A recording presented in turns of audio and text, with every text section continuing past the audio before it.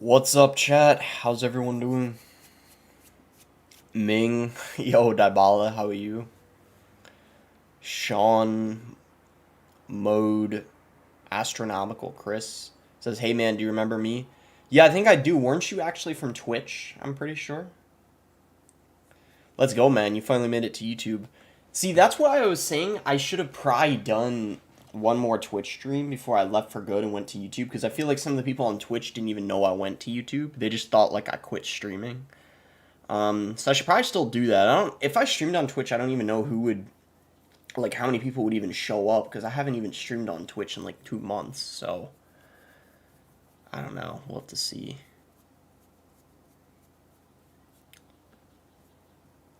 Your acne is looking better.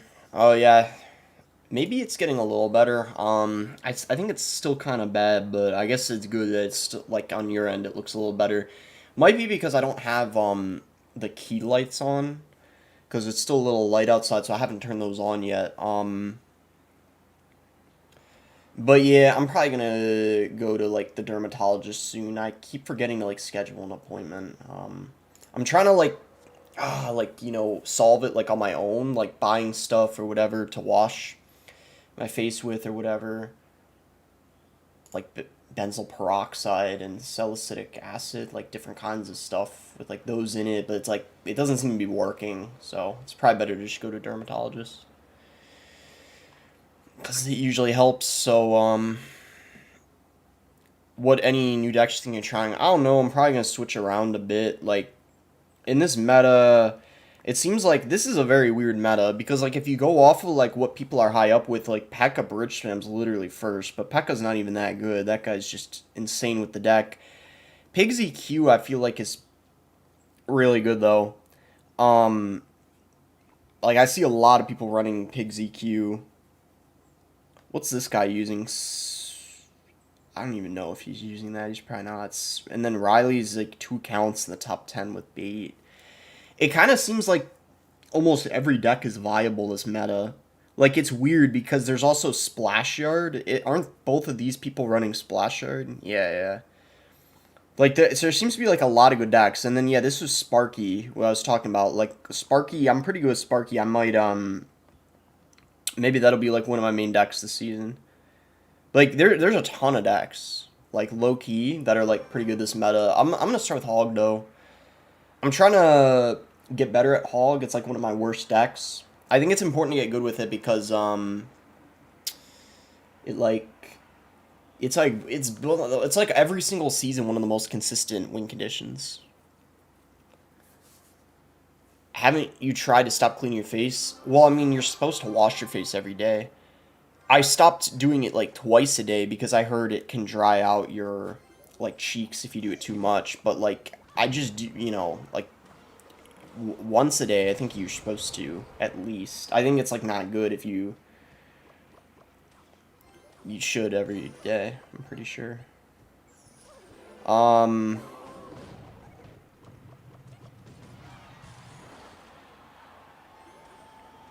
let's see what this guy's using here. What's up, Peter Parker? How you doing? Okay, this is Expo. Probably, unless he's running, I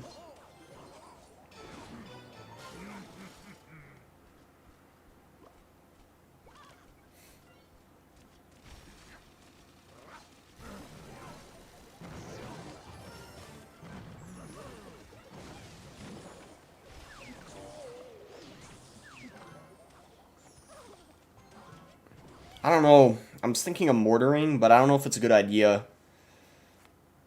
I'm gonna do it. Because this Tesla's out of hand. It's gonna be kind of annoying for him. Yeah, I guess he kind of had to spend quite a bit there.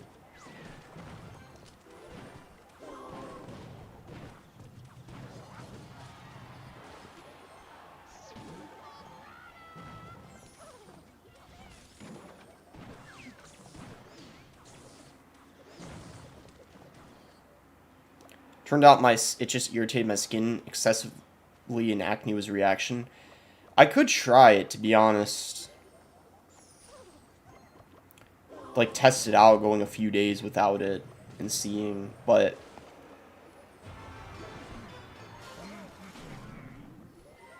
you could be right, to be honest, because I wonder if it dries it out more, and sometimes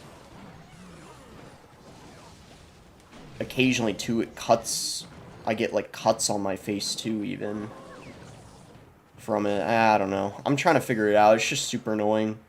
I feel like I talk about it every single stream, but people usually bring it up, and it's honestly, I feel like people don't like to admit their like insecurities, you know.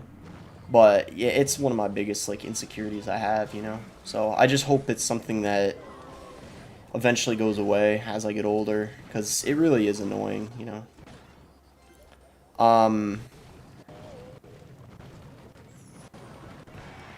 We'll just log that. Okay, he finally goes in for an expo. I don't know what took him so long.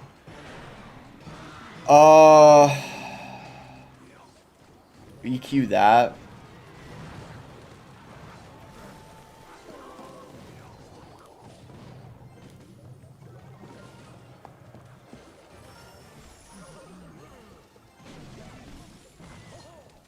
Nine to 5 jobs RW. I mean, someone's got to flip the burgers, right? Alright.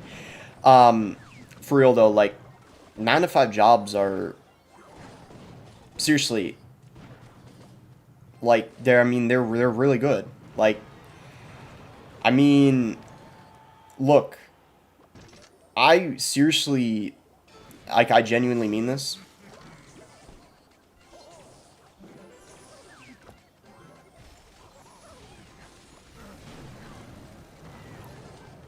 Like, I respect a lot of the people who, you know, have the discipline to work like a 9 to 5. Because I know for me, it's something I don't really want to do. Because I think it's very tiring, especially if it's not a job you enjoy.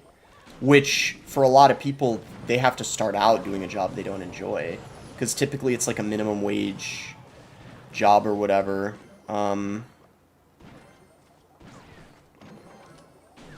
It's, I mean, you know, it's...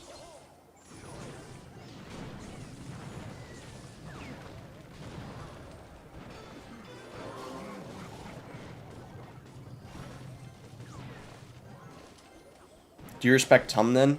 Well, he keeps like switching his job. I mean, if he stuck with a job for a while, then I probably would more. But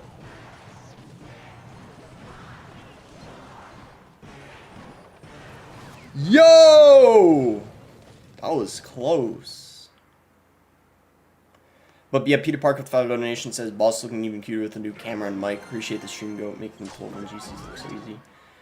Yeah, I mean, I don't know. Like, sometimes the GCs are just so easy. Other times, I don't win every single Grand Challenge I play, but probably like 75% of them or something like that. Sometimes I do choke Grand Challenges where like I'm maybe like 9-0 and then like I lose out like 10 or 11 wins. It does happen. But I think the more Grand Challenges you win, the more like confident you feel in like being able to beat them like more consistently, more often. At least that's how it's been for me. Like, my first few Grand Challenges were like the hardest to get. Even like the first few dozen, like, and then I just feel like it gets easier and easier as you win more. I feel like that's how this game works. It's very like streaky, very momentum based. The first time you're trying to achieve something in this game, it's like always the hardest every single time. Yeah, sorry, Peter Parker, I didn't see you right away. But I got you. That was a bit distasteful joke. There is a reference from someone else who said that. I'm not gonna say who, but it is just a joke. But yeah, I probably shouldn't have said that. Because I mean, for real, like 9 to 5s are the kind of the standard right now in society. Still, that might change as we get more into the future. But for me, it would be kind of like, you know, just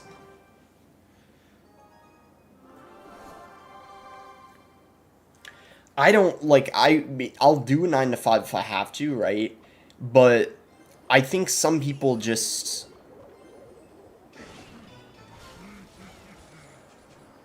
can tolerate it more than others. I just know for me it would be very tough to have like a 9 to 5 job. That's why I'm going to try my best to be an entrepreneur most of my life if I can be. Like a lot of you guys know, I'm going to college now, but I'm like really hoping it's sort of the type of thing where it's a backup if I really need it. Um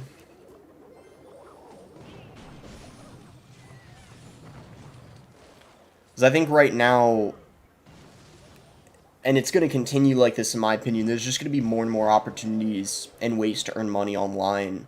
Like, I don't see that ever stopping anytime soon. Could you live from YouTube strictly? I mean, right now, yeah. But we don't know how much longer this game's going to be around for. So, um, I have to, keep that in mind. But if it stays the same as like Clash of Clans, because if you guys see in Clash of Clans, there's YouTubers still easily making a living off of the game. Even though it's been out like 10 years. I don't know if that's going to be the same with Clash Royale. That's the whole reason why I'm going to college now, to plan for if the game goes downhill, if I can't. Like, if YouTube isn't an option anymore, but I'm kind of thinking, kind of brainstorming ideas of things I can do if,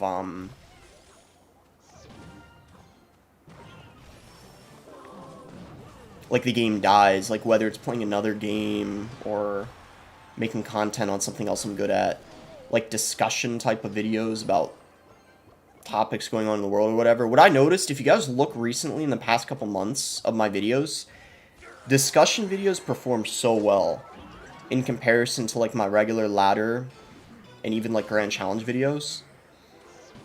I feel like I'm good at like explaining things because like I'm a pretty serious person. I'm very like analytical,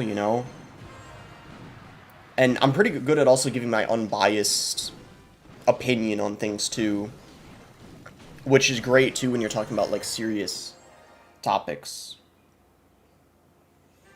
So, I mean, I have like a few different options, I feel like. I don't know for sure though. Um, yes, because everyone likes drama, it's not you. Yeah, yeah, but I kind of like making the drama-based videos. I kind of have ideas of how to make videos that are drama-related. And obviously, guys, every day, you see this all the time on social media, there's loads of videos to be made about drama, controversy going on with, like, celebrities, politicians, um, like, also even other YouTubers. Like, there's just so much drama you can make content about. And it's all about, like, if you can be one of the first to do it, that's one of the most important things. Like, if you're one of the first to make a video about it, then you're gonna get those viewers like early on, and you can become people's kind of like go-to to learn about those topics or whatever. And because people like my style of like not no editing, I have the ability to come out quickly with like discussion videos and stuff. So it could work out. I mean, that's like always an option.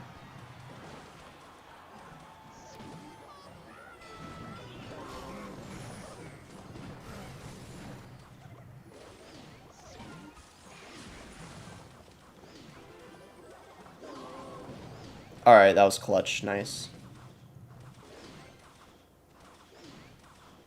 Don't quit unless you're sure this isn't it. Oh, yeah, yeah. I'm not quitting anytime soon. The game, even though it's in a rough spot right now, I'm still getting pretty solid views, and I've been recently working on growing my channel even further than where it's at right now.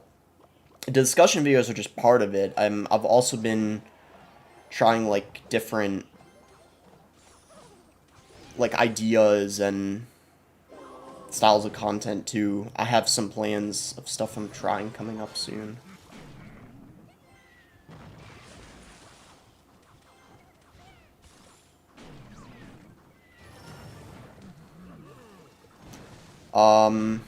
Let's see.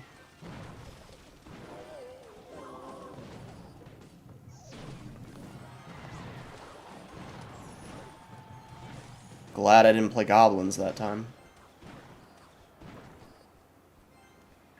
Do you think the game's still fun? I mean, to be honest, yeah, this is a really good question. For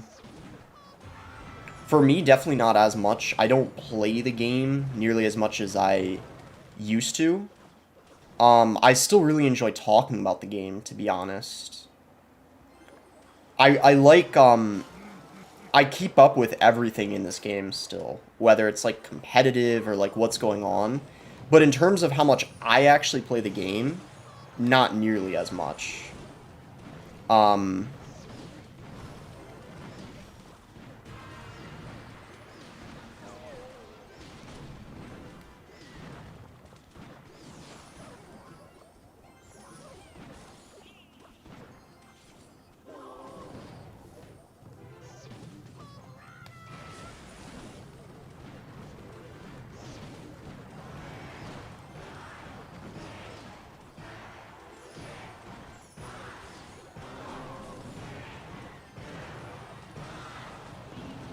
Rip. That was close.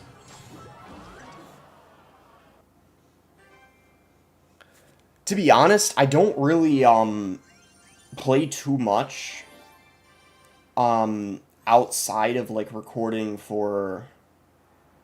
Like, I very rarely, let's put it this way, if I'm not streaming, I very rarely push ladder for 2 or 3 hours straight. Unless I'm, the only exceptions end of the season, the last couple days of the season, I might play, like, 8 hours or whatever those days. But like if it's like middle of the season, beginning of the season, I hardly ever play a few hours in a row. Ladder anyway. That doesn't, but I'll maybe be doing other things. Like I was talking about earlier today, actually in some like group chats I'm in. Like I spectate players a lot. Sometimes instead of playing, I'll just be online like spectating people on my friends list. Like really really good players. Like if Morton, Samuel Basoto's playing, like Mo Light, Lucas, I'll just like watch. Um, some games that they're playing, even if they're like practicing, even if they're not playing ladder, and let's say they're playing duels with one another, I'll watch because you're gonna learn like quite a lot from then when you're just playing yourself. So you can actually keep a good amount of your skill by just watching really good players play. So you don't even have to play a lot yourself. There's like other ways to keep your skill and learn in this game. Um, but like playing myself, I don't know. I can't find myself um, too much anymore getting that like motivation to just grind ladder for like a few hours a day because there's just like for me there's I just don't like enjoy it. I just don't have like a really fun time or like feeling that need to like be super high up all the time or whatever. You see Mo lost to Lucas today. Yeah, the Andorra event. I didn't watch that, but yeah, I heard about it. Yeah.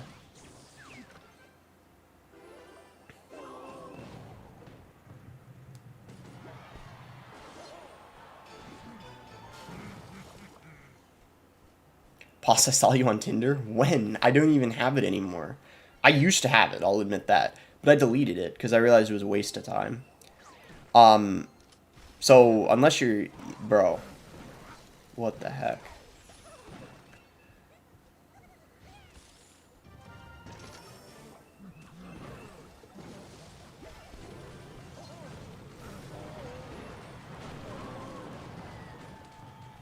Tinder's how I met my wife. I mean, like, even though I don't know if you're joking or if like you actually did, but funny enough, like I heard nowadays over half of relationships are started now because of online dating. Like it's actually insane. Among like young people, like probably Gen Z, but like yeah, it's kind of crazy. Your account might still be there. Nah, I deleted it. I might get it again, but I definitely needed to like delete it for a while. So I think it's like kind of like not gonna lie, like it was kind of like a waste of time and I feel like not good that great for your like mental health and stuff either. I don't know.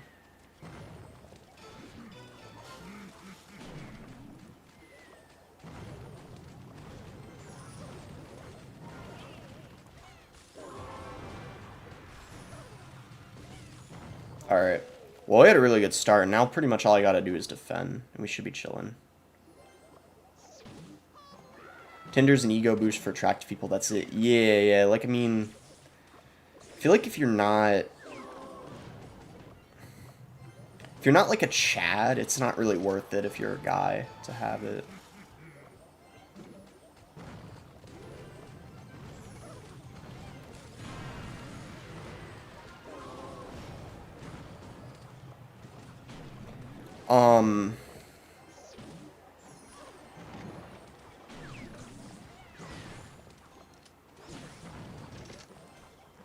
Yo, he misclicked the expo.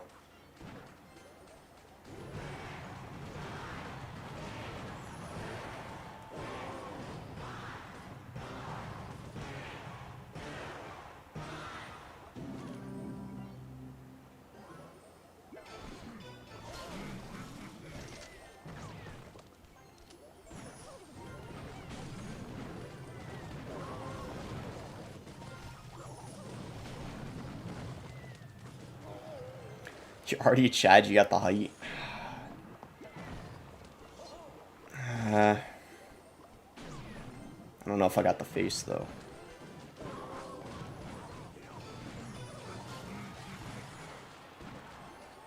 And I'm not trying to be a fake person who, like, photoshops my pictures, you know?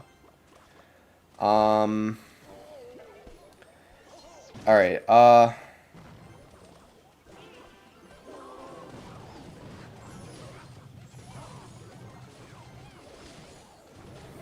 me EQ that.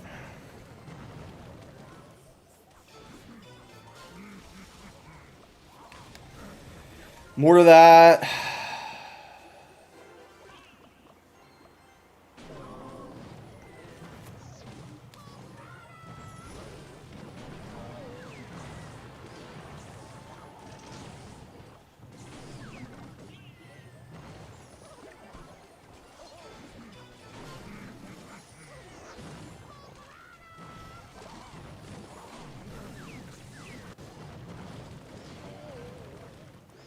GG.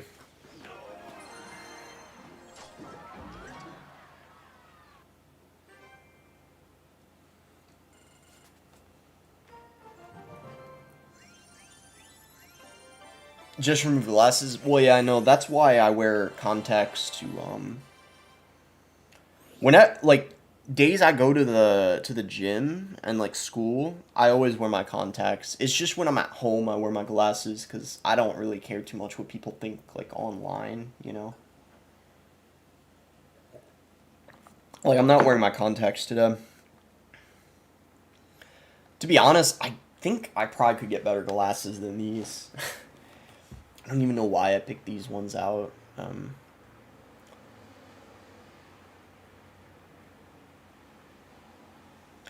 Do you consider yourself black-pilled? I heard you use Chad unironically, and I genuinely got worried.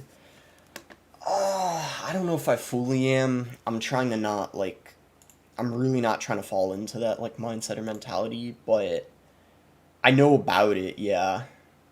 I've talked about that, like, another stream. Like, black pill, red pill, blue pill. Yeah, I know about that, and I've seen some videos about some of the categories. It's... you don't want to fall into it because I'm not gonna lie, a lot of the people who watch those black pill videos, many of them are kind of like losers. And the community in general is, I mean, you can kind of tell just from the comments, but I think there's a little bit of truth to it, but I think definitely people get a little bit too caught up in the extremes of it, you know, and forget that there's, you know, some subjectivity, you know, and stuff like that. And also, like, it's more complex than just saying some of the ideologies they have, you know. A lot of the problem, guys, is the online. Back in the day, a lot of these things didn't even exist, like 20, 30 years ago. So it's kind of weird. I'm gonna Musk.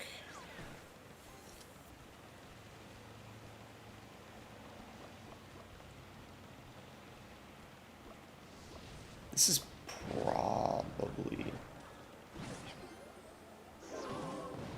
What is black pill? The thing is, I don't want to expose people to it, and if they start watching it, you know, and developing that bad mindset. Because the problem is when a lot of people hear about it, then they start watching it, you know? I feel like it's better to not know much about it, to be honest. I don't know. Like, what do you want me to say about it? Like, how, like, what it is? Or, like what? um...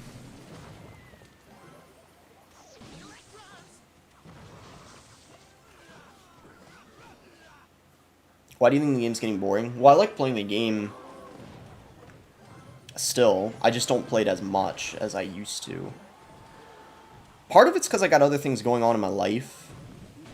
I feel like as I'm getting older, it's important to not have your whole life revolve around playing a game, basically. But and it's expected, you know, I've been playing this game for like 7 years now. Go on, tell the slightest bit. Oh, it's like I don't want to talk about this so much because it's like I already talked about it in the I think some other stream before. Let me just after this game I can.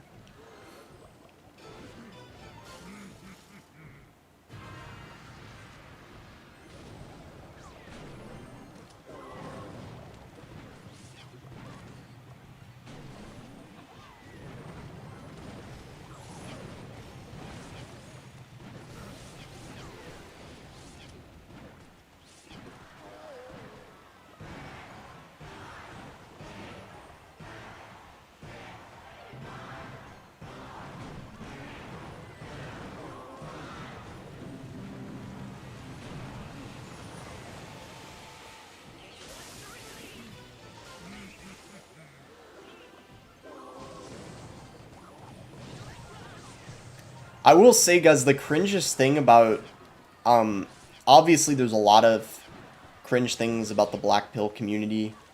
While there is some truth to it, I think the funniest thing, and I bet you guys have seen this in the comments too, whether it's like on YouTube or Twitter, or like Reddit or whatever, the cringiest thing they say is cope. And they always say cope. Like, and sometimes they even use the meaning of cope wrong just because of how often they say it. They're just like, cope, cope, cope. Like, it's kind of funny. That's like probably their most popular word they use. They always say that. It's funny.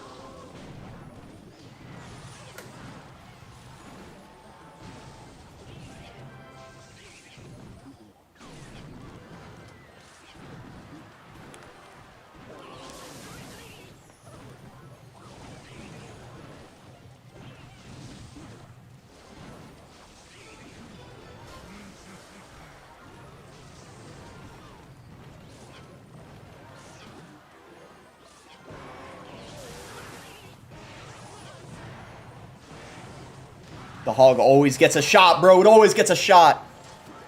Woo! Let's go. Alright, guys. Cause everyone's so curious, I'm only gonna say this once.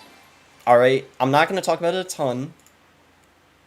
Because it's a bad mindset to have. I'm gonna give a brief summary.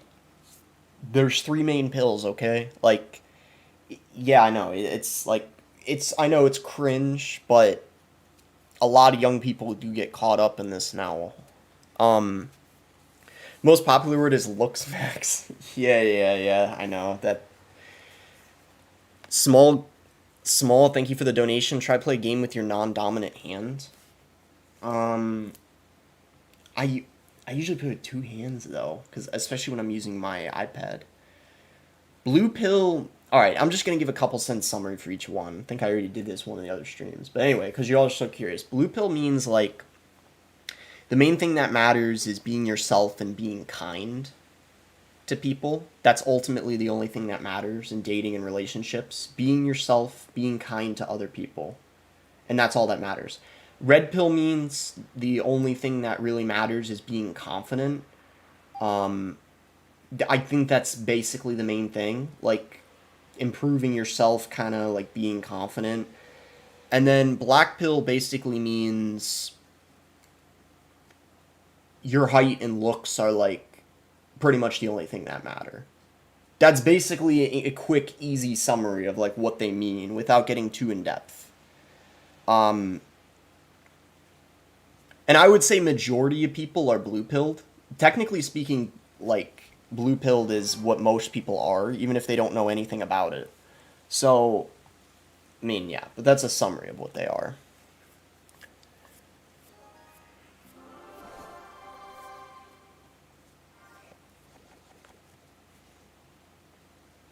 Why do people take this so serious? I don't know. I think it's very easy to get sucked into if you are online a lot, especially.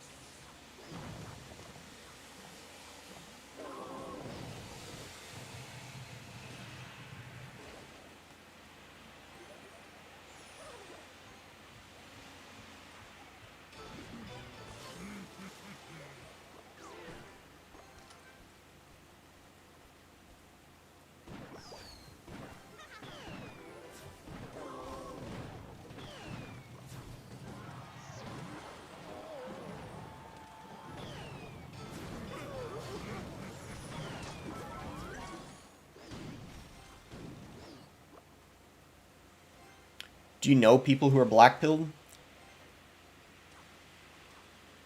If you mean in real life, I would say no.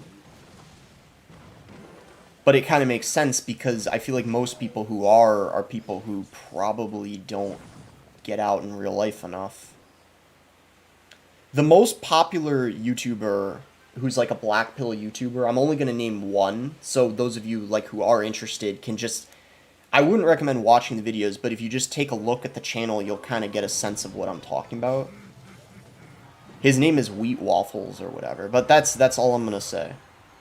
That's like because the only reason I know about it is because I got one of his videos recommended. He's like a pretty big YouTuber. Not like gigantic, but he's got like more subs than I do. Um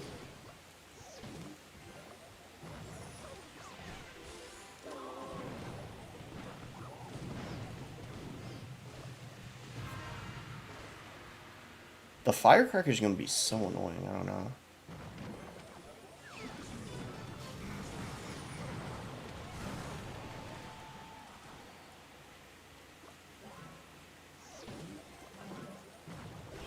There we go. That was a good mortar.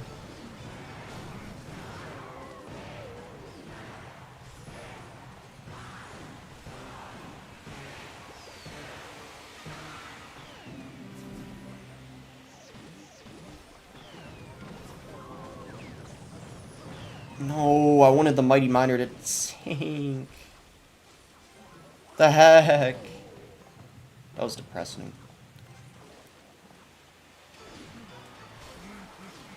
I think he meant wheat waffles. Yeah, wheat waffles is what I said.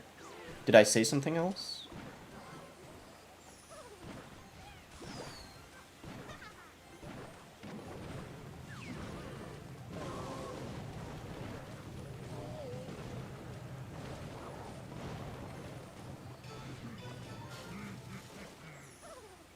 Bruh.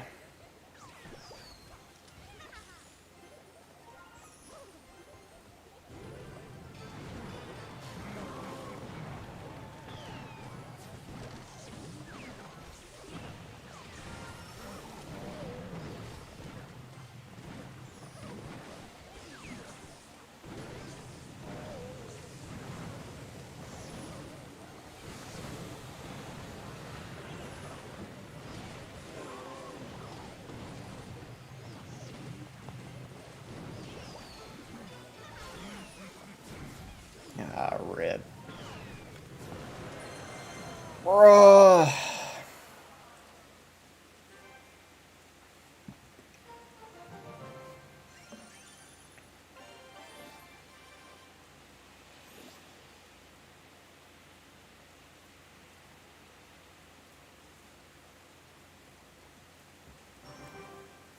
Hold on, I'm gonna switch my deck.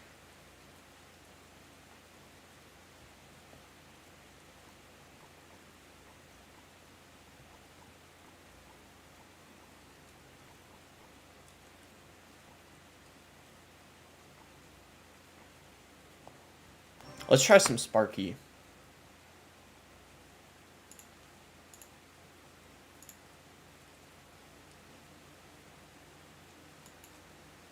How tall are you? About 6'1".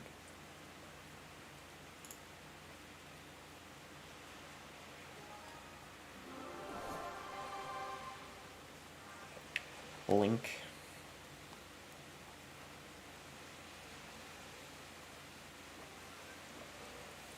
Oh dang, it's starting to rain pretty hard.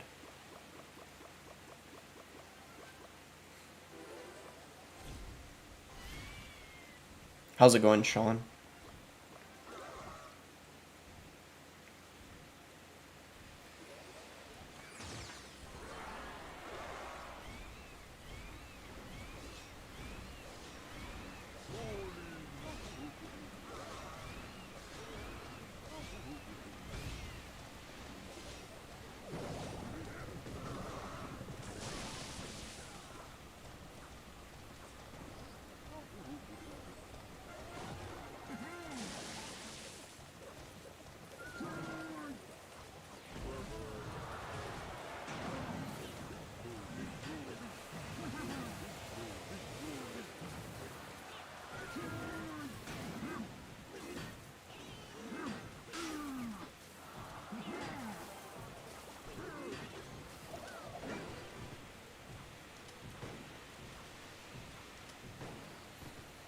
To be honest, I have seen some of his content. While I'm not blackpilled, I do accept the reality that I'm not as attracted because of my height, looks, and ethnicity.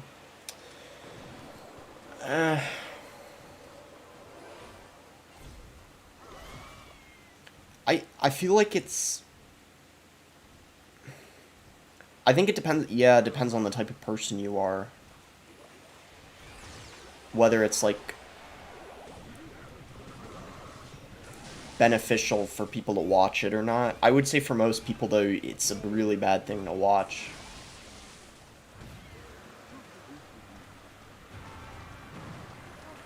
For me, I'm someone who likes to be realistic. That's why I found some of it interesting, because I'm very self-aware, you know, and realistic.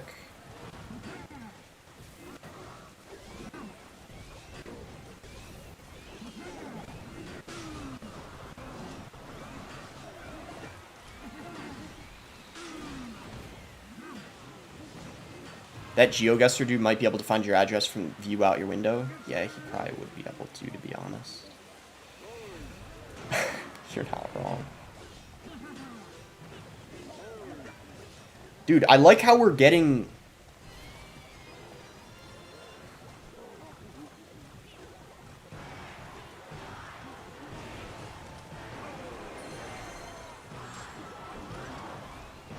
Please don't. Okay, good. If I had to lightning that, that would have been a problem.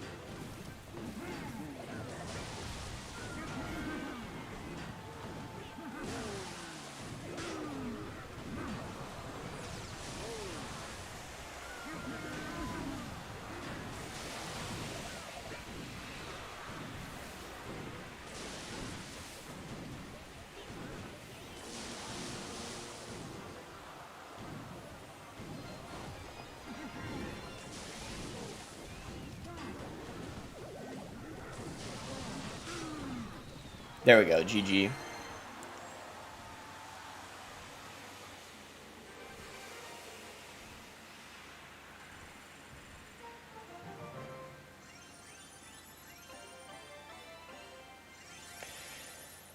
Alright, guys, here's how I'm going to move on from the topic. Like, if you guys are curious what my opinion is, I think if you fall into that bad cycle of, like, you're going to have a very bad mindset and live, like, a pretty negative life if you think looks are the only thing that matter. But it's important to be realistic. Here's what I'm going to end with. Like, of course, on this topic specifically, and then, like, let's just talk about the game or something else. Um, I do think looks do matter, of course, a bit. I think we'd be lying to ourselves if they didn't. I think if we took two people who had the same personality, the person who looked better out of those two people is going to have more success. I think that's pretty obvious. But with that being said, looks aren't the only thing that matter, like, at all. And they're not going to straight up carry you unless you're, like, top 1% of looks. Like some actors or like celebrities, you know, but that's like top 1%. For 99% of people, no matter how good looking you are, you need to have a personality, you know? Like, at least to some extent. I mean, maybe you can get away with more, but like they're only part of the equation. I mean, that's my opinion. But of course they matter. Of course. But there's so many other things that matter too. I think in real life especially, they don't matter as much. And this is why it's important to get offline. I think on dating apps, I think on Instagram, of course, they're like one of the only thing that matters. Which is why if you're not very good looking, then don't waste your time on those apps. That's what I've realized. You know that's not going to be your strength. So try to, if you're an introvert, that's what I'm working on, try to be more social. Try to be more interesting in real life, you know? That's the best thing you can do for yourself. Don't waste your time online if you're not good looking, because you're hurting yourself. I mean, by not doing what your best option is and real life, you know? That's what it comes down to. But I think having a bad mindset's the worst thing you can have, you know?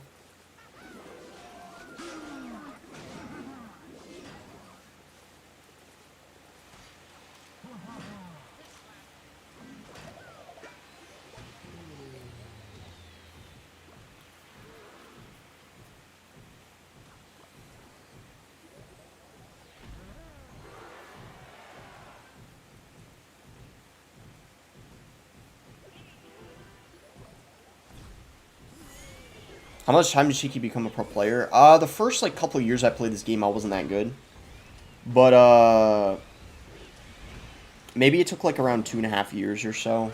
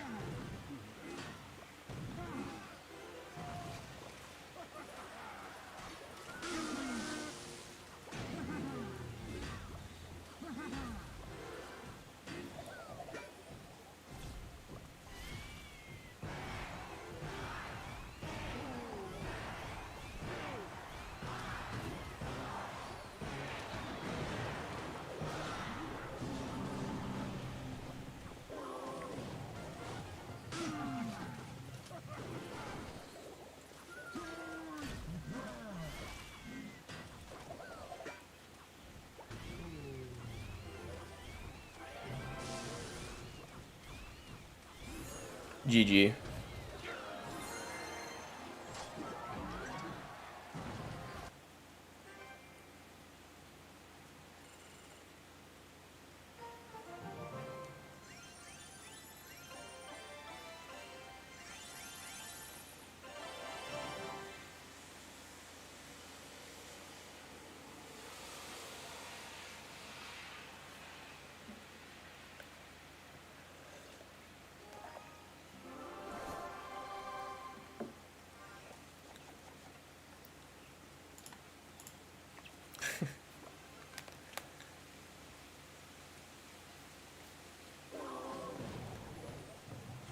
I can't tell if he's letting us win or if he's trying to trick us. Dybala.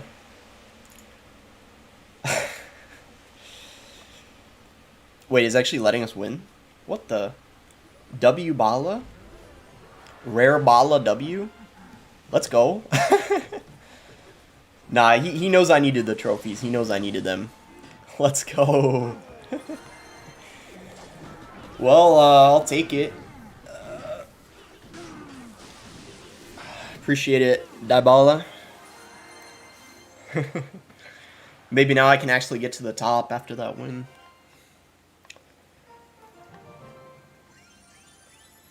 Bruh.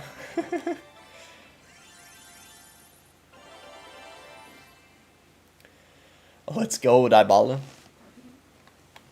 Bro needs them cups. I mean, I actually do. Low-key. What happened to Yerson? He retired, I don't know.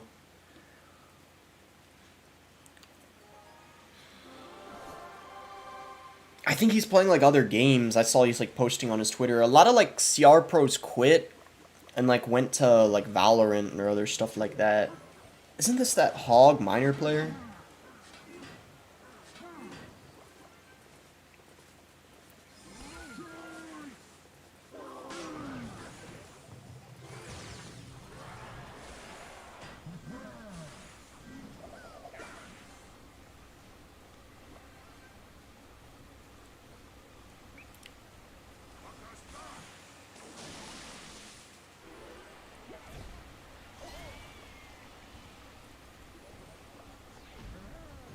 Loki wanted to play Bait. I was like, nah, let's keep improving. Appreciate that. Because Bait would have been kind of rough. I mean, actually, because I got Barb Barrel and arrows in the Sparky deck, it would probably be winnable, but it would be really hard, probably. I forgot he had an Ewiz, man. Like, what is this deck? I gotta wait. There we go. There we go. Oh my gosh, it splashed.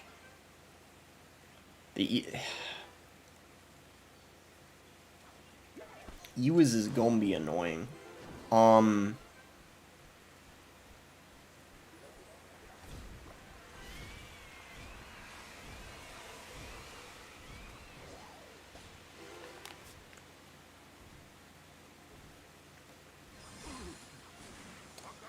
our lightning's not gonna do much.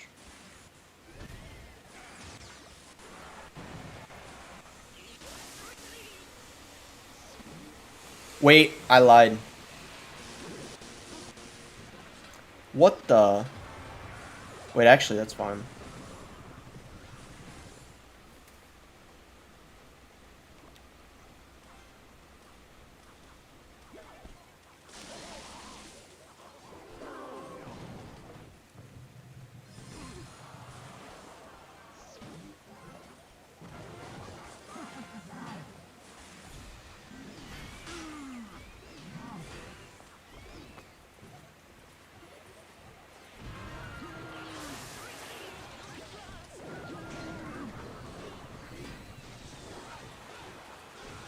I don't know, man.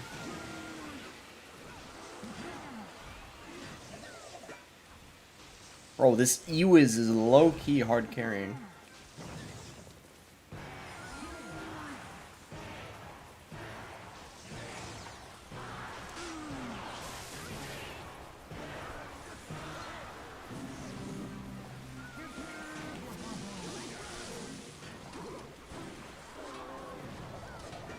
Bro! This ain't looking good. I don't know what to do. I feel like this matchup kind of blows. I don't know, man.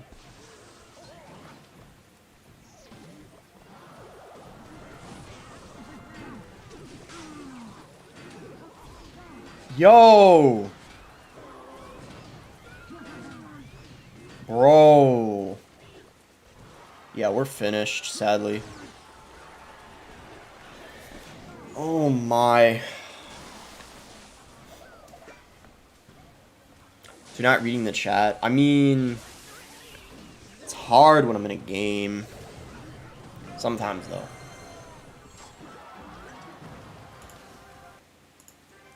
I try.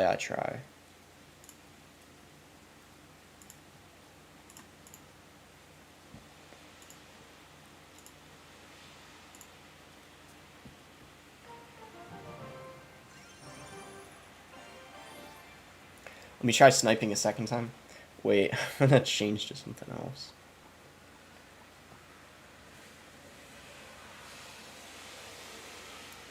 Should I just use Pig's EQ? Like, I feel like I'm a little better with it than Hog anyway, and it probably might even be better than Hog in this meta. I don't know.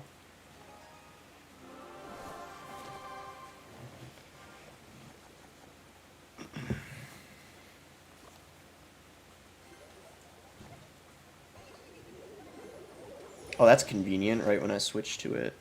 We're getting bait! That's a big dub.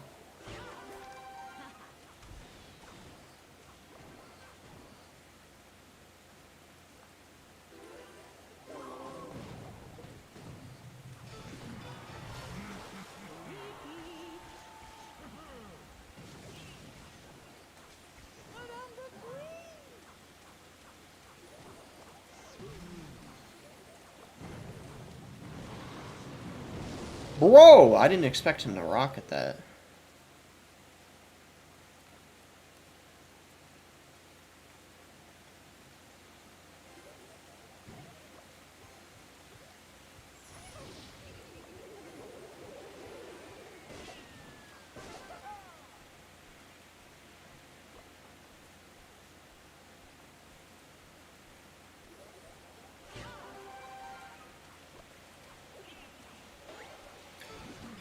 Once I accidentally ate a hamster. I mean, it happens, you know.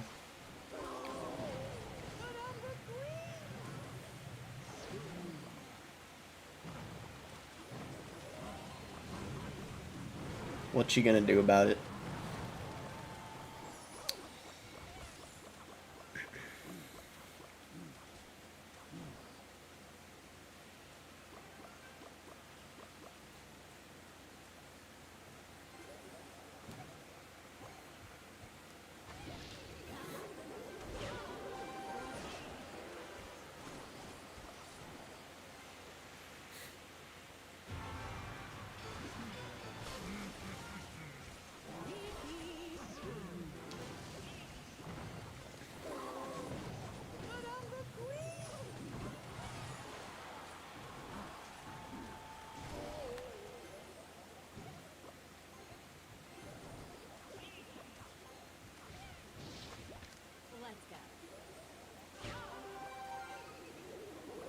Yo, I thought that was a log. What am I doing?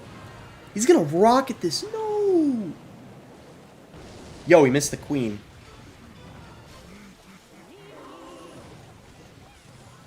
That was calculated. I mean, I knew that was gonna happen. That's why I did that. We knew he would miss the rocket. It's all working out. It's all working out. Bro, like, I swear I can't. Like actually, I gotta win this matchup. Like, I mean, come on. This is like...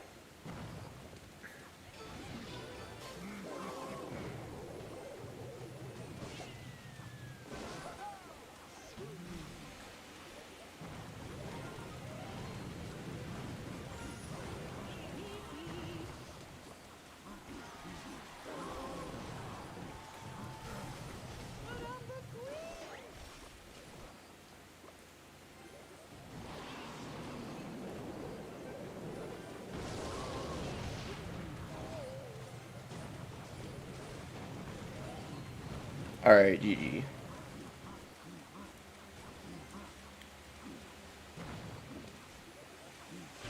There we go.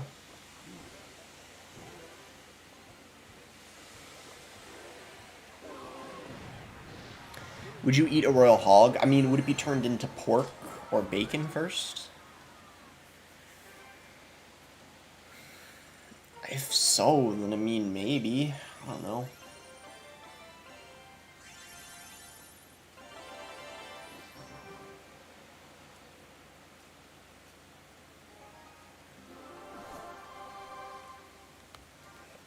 I don't eat bacon that much, though. It's actually quite bad for you. Haven't really had that at all in the past couple years. Pork is pretty good, though. I like having pork.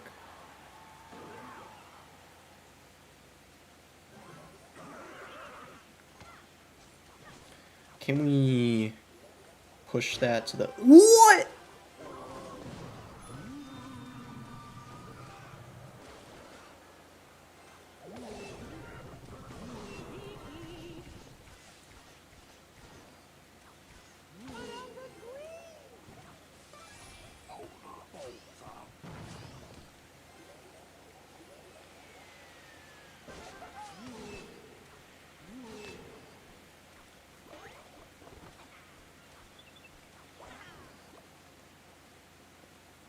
This guy's probably using E-Barb's bridge spam. Cannon cart? He probably doesn't have E-Barbs then. I feel like that would be a pretty expensive cycle.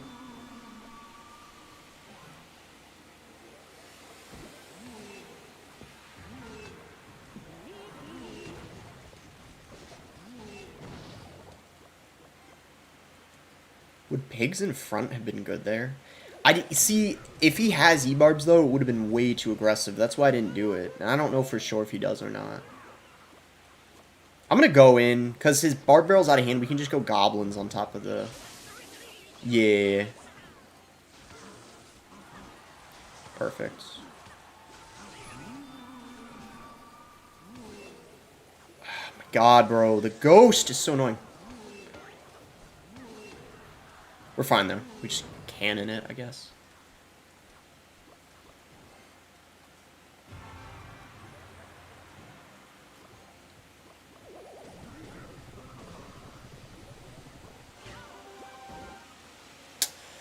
Bro, I would have gone for the queen in the left had I known he was going to do that. Like, what the heck, man?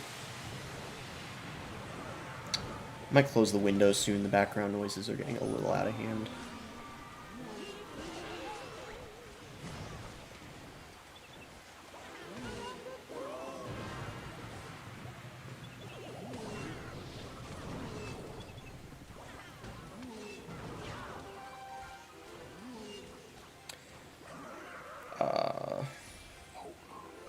Wait, hold up.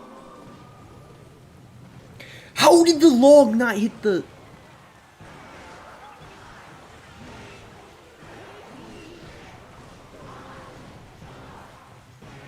Alright.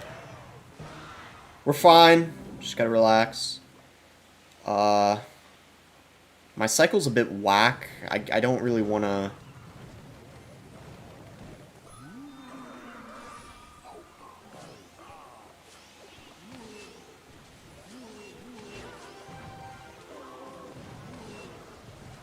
He's got a fireball?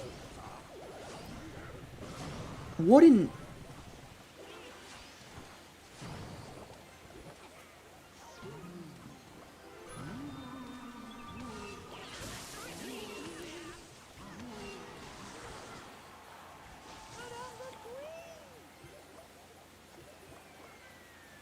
Alright.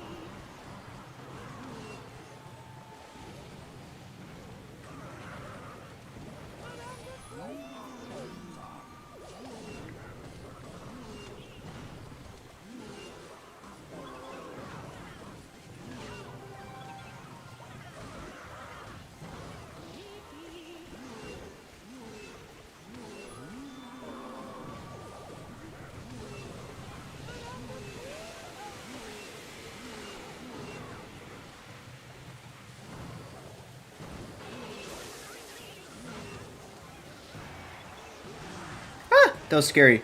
Whew! Let's go. Easy dub. Alright. Bro.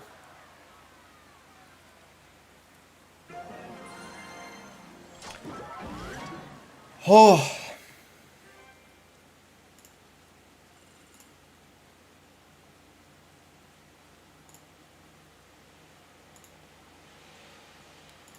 Alright. Is this best X season? It's pretty good. I keep seeing people high up with it. Like, this guy's second with it. I don't even know how, but yet Taurus is first with P.E.K.K.A. Bridge Spam.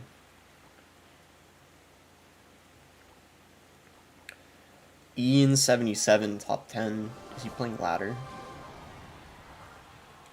2.6, wow. EGW always uses the most toxic decks, like, every time. He's using E-Giant Mirror. Should we watch this?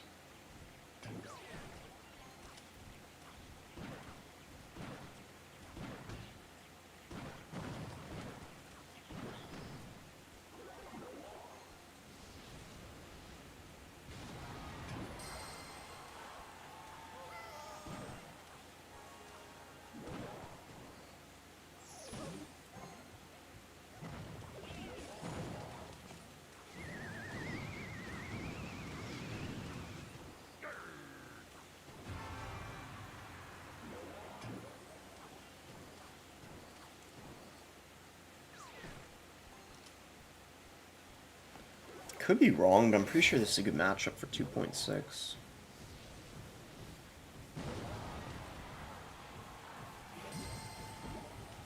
So there really shouldn't be a way for the E-Giant player to break through without the lightning.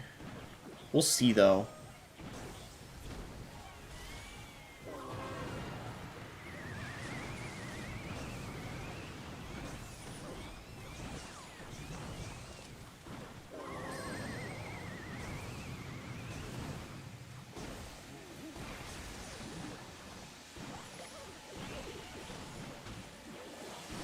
If you could cancel any celebrity, who would it be? Okay, guys, speaking of canceling, I was thinking of doing a video like this. I don't know if it's a good idea. I feel like it would get views, but I don't know if, like, the Crusher community would hate on me. I don't know if you guys saw what Crusher did today. It was kind of unbelievable. He changed the thumb, but people have the screenshots. I was thinking of making a video entitling it something like the most controversial Clash Royale YouTuber, or something like Crusher21 went too far, or something.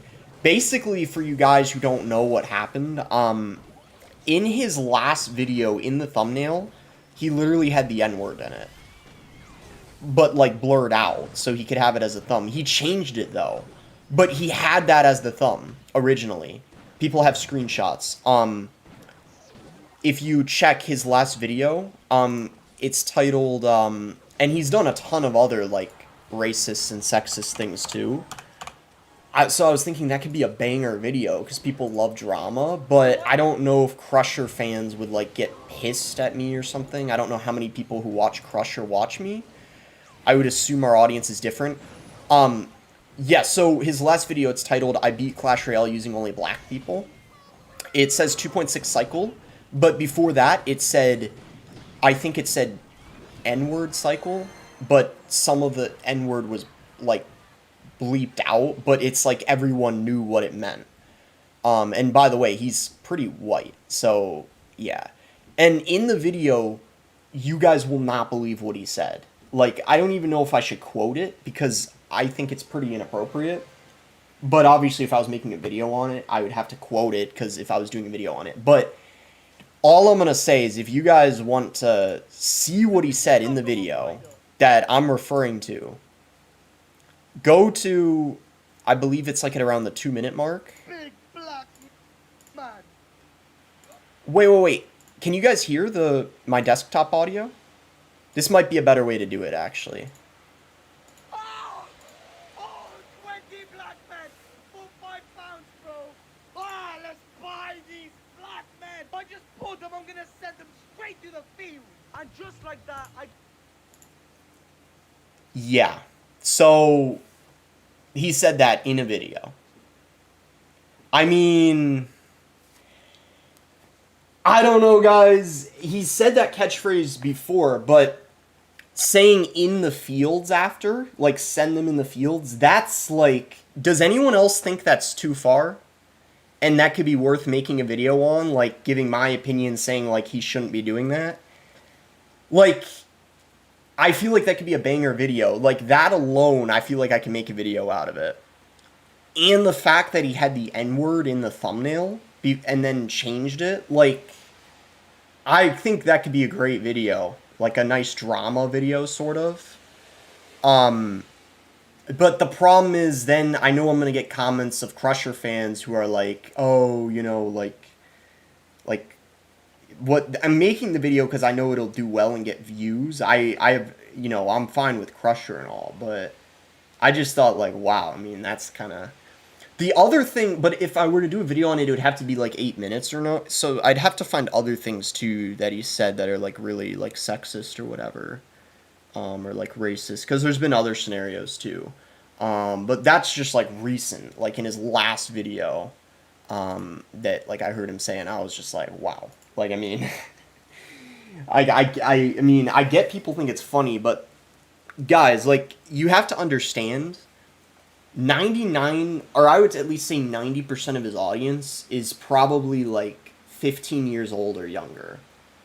So I mean, I think it's just bad because it's kind of teaching people that like, yeah, maybe it might seem kind of funny, but you have to be careful because at this day and age, like, you know, of how people like look up to influencers and stuff, and it's like if they say that themselves, I don't know. It just doesn't sit right with me, in my opinion.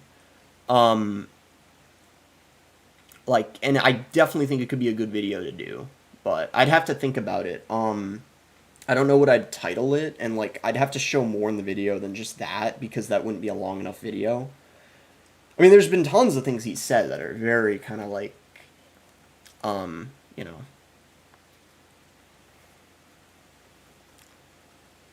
But I'd have to think about it. Can you show the screenshot? I don't know if I want to show it on stream. Because it's blurred, I mean, I could, but...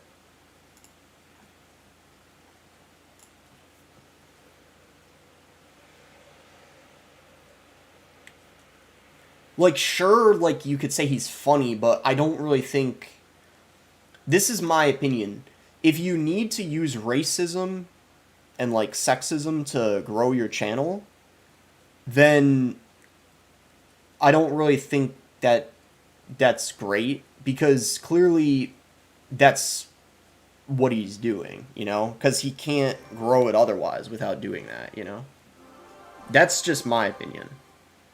Like, I think it's just not a good look. Also, you know, he'll never be in the creator program or, like, anything like that. Like, you can forget about any of that.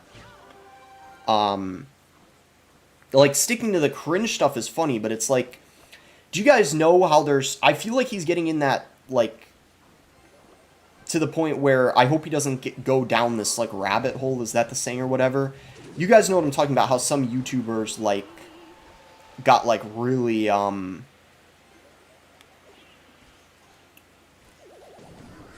like, kind of they got canceled. Like, who was that YouTuber? There was that... I'm trying to... Leafy? Leafy? Do you remember that guy? Leafy's Here? Isn't that his name? Where he grew a massive following and then he went too far with, like, what he said. And then he got canceled because of it. I feel like Crusher might go down that path if he's not careful. Because it's only getting more and more extreme. Like, sure, when he started out... It was sometimes a little bit like, okay, yeah, maybe he would occasionally be a tiny bit racist or, like, a little bit sexist about, like, the cards in the game or whatever. Or, like, sexual comments. So maybe it's not, like, being sexist, but, like, you know, that sort of thing. But now it's getting to the point where it's just, like, he's literally being full-on racist. I mean, I don't think you can... I know, you know, it's just a joke, clearly, when he's saying that, but... It's too far, in my opinion. And then if he continues and it gets even farther, I'm definitely gonna make a video on it. But like, I think it's already gotten to the point where his whole content is around just, you know, doing that. And I think occasionally it's okay, but when it's like every single short, it it's not a good look. I've talked to a lot of big YouTubers and like people in the community who kind of share the same opinion as mine. Like how it's kind of a little bit of an embarrassment, sort of what he's doing, and it's working because he's attracting a younger audience. But people who are older than, like, for example, 18, no one's gonna watch him. I guess that's the point I'm making. And I just feel like, you know, yeah, it's just, it's not great, in my opinion, but we'll see. I don't know if I'm going to do a video on it. I mean, it would be a very, of course, kind of controversial video, because it would piss off, well, I don't know if it would piss off Crusher fans, but people in the comments would, you know, be saying stuff. Because if I'm trying to cancel Crusher or, like, make a video on it, then obviously his fans are going to try to defend him. So I have to be prepared for that, which I feel like I would be. Because obviously the purpose of the video is to, I think it would get views, I think it would do well, you know, stir up some drama, which is always good. But I just have to make sure I don't have too many Crusher fans who watch my videos, which I don't think I do. Like, I truly don't think many people who watch Crusher, like, a ton, or, like, religiously are watching me. In my opinion, at least. Because his, like, shorts and stuff, they have, like, a lot of editing. His personality is completely different than mine. So I highly doubt we share too much of a similar audience. So that's why, in my mind, it would be a video I could make without having to stress too much about, like, oh, am I going to lose, some subs or whatever. Because maybe some of my subs who do watch him, maybe they watch him from time to time, but they're probably not like people who watch him constantly. I guess that's the best way to put it. So I'll think about it. He's pretty young, so you can kind of cut him some slack. Yeah. I mean, I can talk about all this in the video. Like, I can say like he's young, but I'm gonna compare him to other YouTubers like Leafy's here and say like it wouldn't be good if he falls down a similar like rabbit hole or whatever, gets in that like loop where it's getting progressively like more and more just like worse or whatever. Like, and ultimately it's like my opinion, you know, anyone's allowed to make a video on it, so I can do it if I want, but it's just like, I just have to figure out if it would be the smart thing to do, because it's all about, right, it's not only about the views you get, but it's also about, like, you know, making sure your channel's like in good, like, I don't know how to call it, but it's like, you know, but we'll see.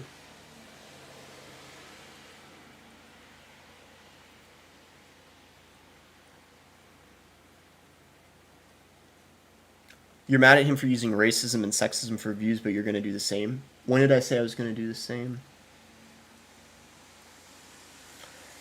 I think what I already said is I think it's okay to, as a clear joke, do it occasionally from time to time, but I think if your whole content revolves around it, you can't expect to have no one make videos or call you out for it. I guess that's the best way to put it.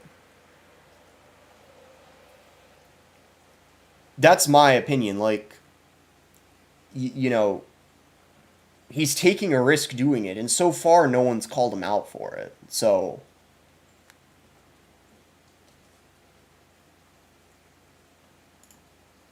but yeah, I'll think about it. It could be like a good discussion video to do.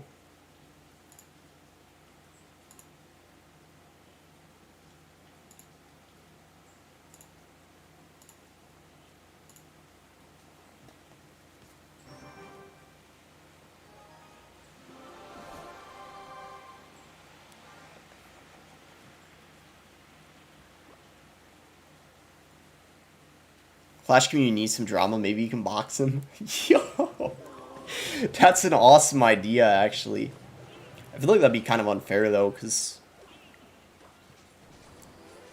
you're supposed to be, isn't it like a similar weight class? I think I probably weigh more than him by a decent amount. Because I don't know how tall he is, but he looks kind of short. So I don't know how fair that would be, but that would be like an awesome content, like a boxing match against him. We haven't had that in the Clash Royale community yet. That would actually be kind of fun. um,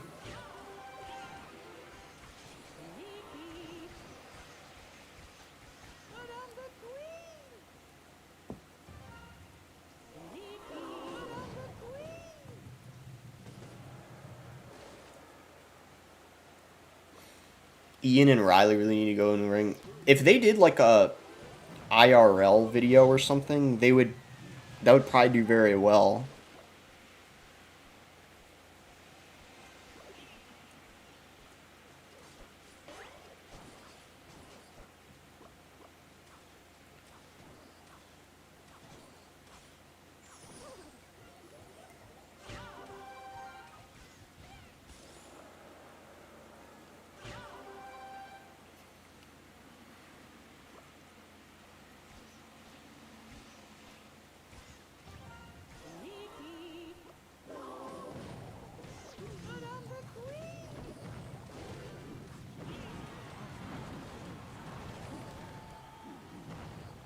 You gotta link up with Surtag. Surtag is actually one of the only creators who I haven't met yet.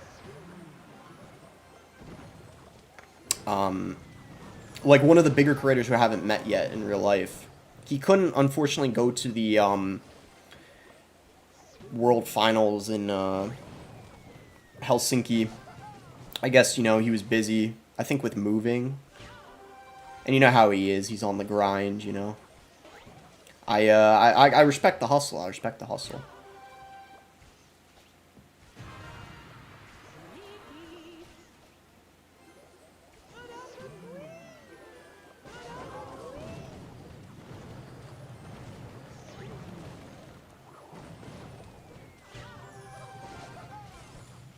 Do you want to meet Riley?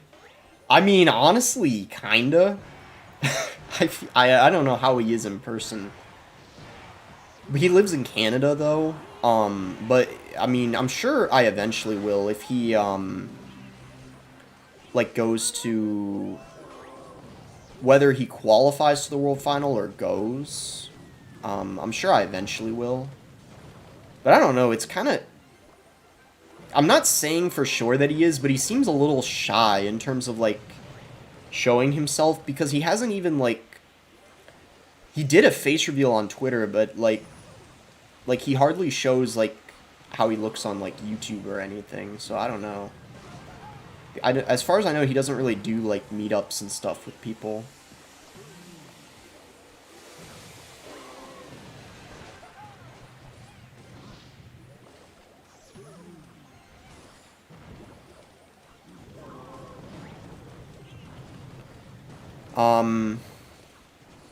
Ian seems chill.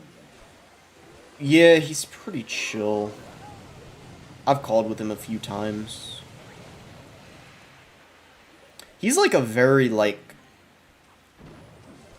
Yeah, he's probably one of the chillest people in the community, to be honest. He's very, like, he's always very relaxed, you know, and calm, sort of. Which I think is part of what people really like about his videos. Like, he's very, like, kind of monotone, like his voice, and he just... He sounds, like, so relaxed, you know, when he's, like, explaining things.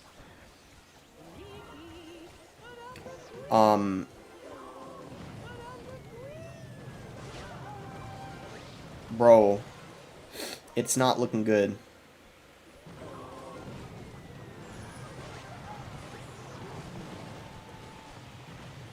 Yeah, it's game. RIP.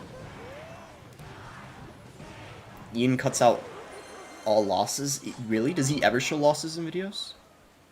Like, ever? I know a lot of Clash Royale YouTubers don't show losses often. I mean, to be fair, I cut out a lot of losses, and sometimes in the comments people are, like, calling me out for it. But guys, like, if I only showed losses in a video, like, the retention would go lower. What happens is when people see a loss, sometimes people click off the video because they think, like, oh, this guy sucks, or this deck might not be that good. People get bored. So I don't like to show losses unless they're, like, towards the end of the video. But I usually have a loss, like, at least one in my videos. Unless I just happen to go undefeated when I record. But, like, like I do in Grand Challenge. That's pretty often. But like, yeah, obviously at the top of the ladder, like if I'm doing a video with like 5, 6 games, of course, um, yeah, I'm not showing all the losses because the first couple games of the video really have to be a win, ideally. Like you can't really show a loss early on. Do you think Ian's toxic? No, no. Ian's like the opposite of toxic. He's probably one of the least toxic pros. Riley, on the other hand, is pretty toxic. I'm not even gonna like deny that or like lie and pretend he isn't. I mean, if you guys see him on Twitter, you'll know what I'm talking about. Riley is definitely pretty toxic. But I think that's why some people like him and respect him. He's not afraid to speak his mind about like really anything, whether it's updates or if there's a player he's playing against who he thinks is like really bad or whatever. That's why that beef with Manuel, that whole thing became popular because he literally isn't afraid to completely go off on someone. And, like Riley's very toxic. I would actually go as far as saying Riley might be one of the most toxic people in the community. Not like top like 3 or like 10, but like in terms of players who are good, like he's pretty toxic for sure. Which isn't a bad thing. I think there's nothing wrong with it. Like I think, we need obviously toxic people and stuff. Um,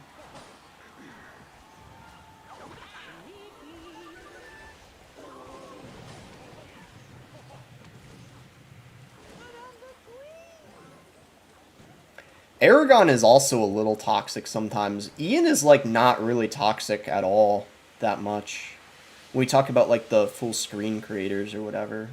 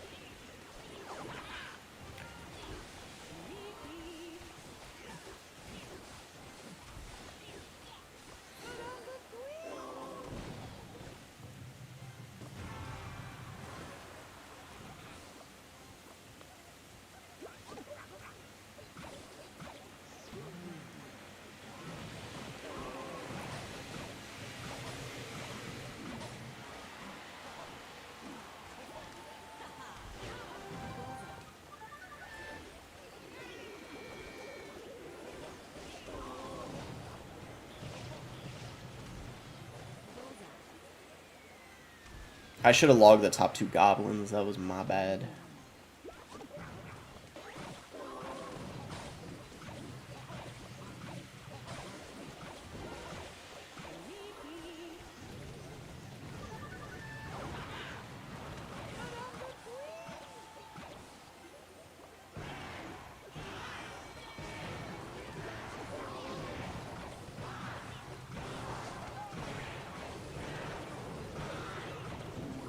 GG. Didn't even play that well, but we had a hard counter, so. Oh, Yasu always BMs his opponent? Yeah, he's... I don't know if I could say he's toxic, because, I mean, like, with what he says, he's not really that toxic, but... Yeah, I mean, with the emotes, I guess he kind of is. I don't know. He's not... Does Oyasu even play that much anymore? I don't really see him,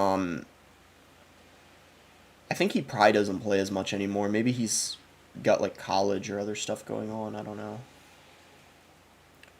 You met Wallace? Yeah. At the LA event we were both at. Yeah, Wallace was pretty chill. I mean, he's kind of... he's actually kind of similar to me when we talk about, like... We're both pretty, like, kind of chill and quiet, Honestly, a lot of the creators were. I feel like a lot of people don't realize a lot of content creators are kind of... well, many of them. I mean, some are pretty, like, outgoing, but a lot of, like, content creators are very, like, reserved and kind of, like, laid back.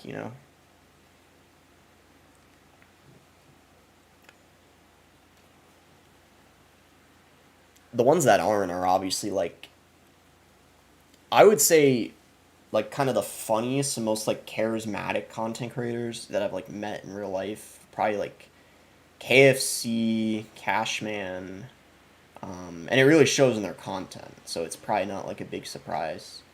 And then kind of like OJ too. You ever try ALC? Is that, why are you abbreviating it? Is that, are you not able to say that on YouTube videos? ALC, do you get like demonetized? I just want to make sure. Or Leaf. Zachary, thank you for the $2 donation. But like,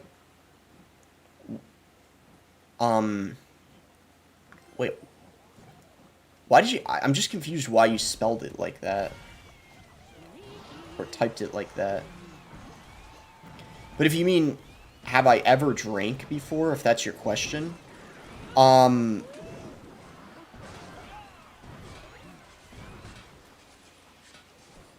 not like many times, but like yeah, I have before.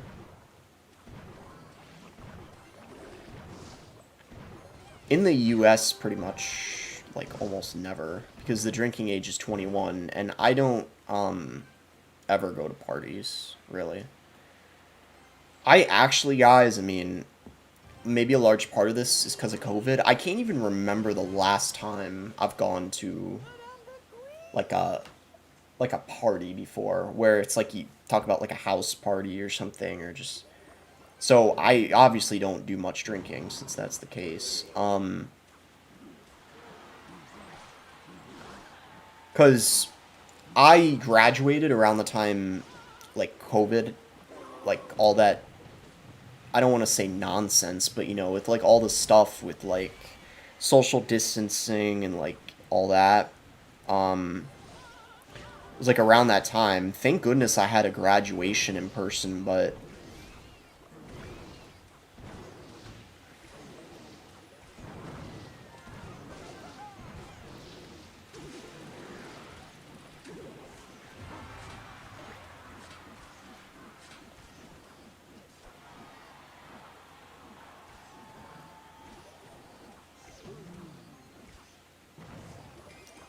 And...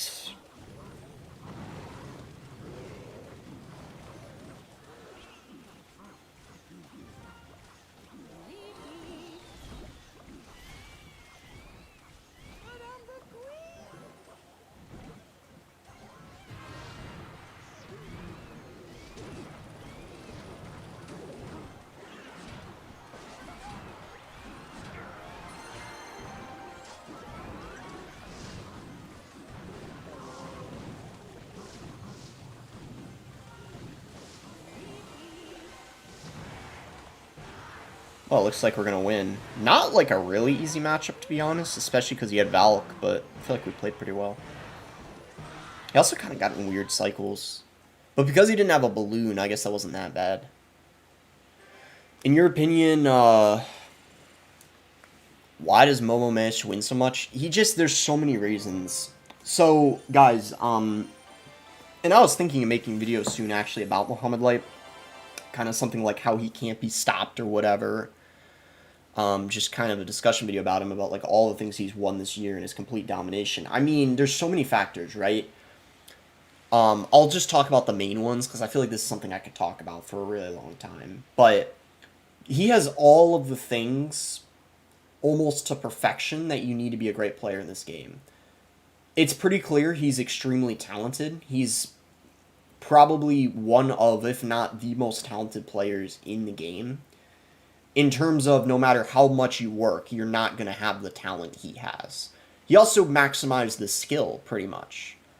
He knows how to play every single deck in the game perfectly, for the most part. Maybe with the exception of a 2, but he's always trying to get better. Like, some people even say, or I sometimes even say, he might not even be at his prime yet, because it seems like this year he's better than he was last year, which is kind of ridiculous. He has an amazing mindset. Part of that is just from the confidence he's built throughout the years. This game is very streaky, very momentum-based. If you're winning everything, your confidence is going to go up even more. It's at the point now where people are nervous to play against him. If you're against Muhammad Light, you're going to make more mistakes than you would if you were against anyone else in the game. It's kind of gotten to that point. And he's able to capitalize off of those mistakes. He's not really nervous anymore because of everything he's won. When he's in a high pressure situation for what would be a pressure situation for most people, he's not nervous. He's able to play perfectly when he's playing a ladder game going for a number one finish or going for a monthly final win. So he's able to capitalize off of any mistake anyone makes because he plays perfectly and he's not nervous at all. When other people get nervous in high pressure situations, they're not able to keep track of elixir as well or cycle as well. They might just make a mistake, whether it is. And he just, quite simply put, hardly ever makes mistakes. So if you're hardly ever making mistakes, that's just going to help you a ton. And then when you also combine that with the fact that he also is working with Jabuz, who most of the time is helping him, at least in most competitions, getting at least above 50% positive, like, matchup percentage, meaning, like, he mostly gets probably more good matchups than bad matchups. That also really helps, too. I mean, that's not the bulk of it. I personally think, even if Mohamed Light didn't have a, I think if Mohamed Light didn't have an analyst, he could still win a monthly final on his own. That's my personal opinion. I don't know if people agree with that, but I think he's good enough to where he might not even need Jabuz. I think even with bad matchups, and just because people are afraid to play against him, he would probably be fine on his own picking decks. But yeah, it's insane. I mean, the domination has really been never seen before inside of the game. I mean, winning 3 monthly finals in a row, finishing top 3 on all 3 accounts. Like, I mean, like, no one's come close. Not Surgical Goblin, not Morton, no one. It's never been seen before. Truthfully, I think when we talk about Surgical Goblin, obviously he has the confidence, and he works very hard to get to where he is. It's kind of similar with Morton. I think, just quite simply think, for example, Morton and Surgical Goblin, they just don't have as much talent as Mohamed Light does. And that's why people talk about stuff like, oh, what does talent even mean? It's just hard work or skill.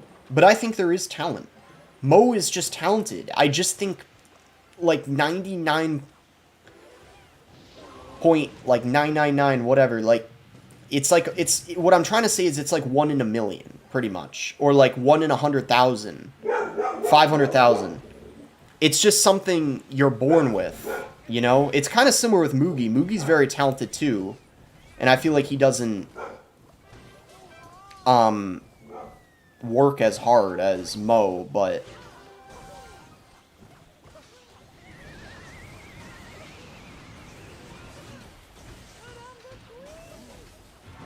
I actually think if Mugi worked harder, he might be as good almost, but Mugi hardly plays. Yeah, that's game.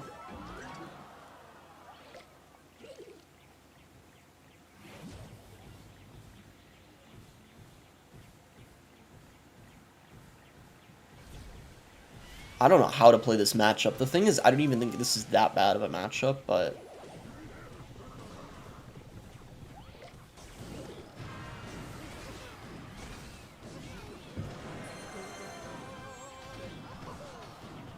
I think I got kind of caught up in the rant I was going on about Mo.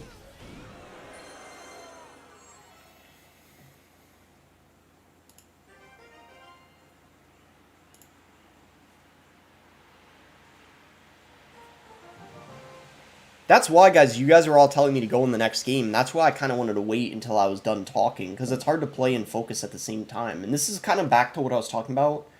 Sometimes I don't enjoy playing the game so much. Sometimes I just love talking about it, you know? That's kind of more interesting to me than playing it sometimes.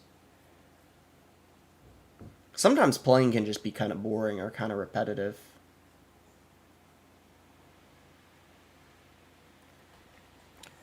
He had well, with him having Cage, I don't know, but I actually think with Cannon, it's actually probably even because I've on the E Giant player side, I've played that matchup and I lost. I think I was playing against Sosa, who's pretty good, but he kind of destroyed me and it wasn't even close. Like I feel like it might even be for pigs. But the difference is I had cannon and not cage. But I think when the E Giant player has cage, it should be a good matchup for pigs, or maybe it's like 50-50.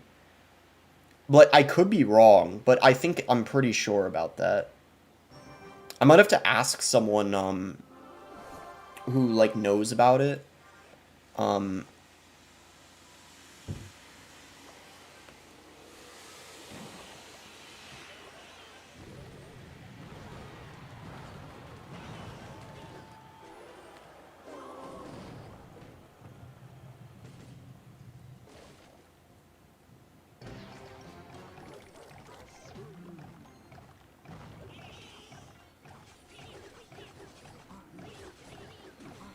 meat munching, get off most. Something someone said recently on Twitter, I think it was Aragon. A good one you can use is you can say zip it up when you're done, or it's zip up his pants when you're done. That one was funny. We're doing tricks on it. Oh, someone replied that to Search TS. Like you're doing backflips on it right now. Or something like that. Yeah, that's funny.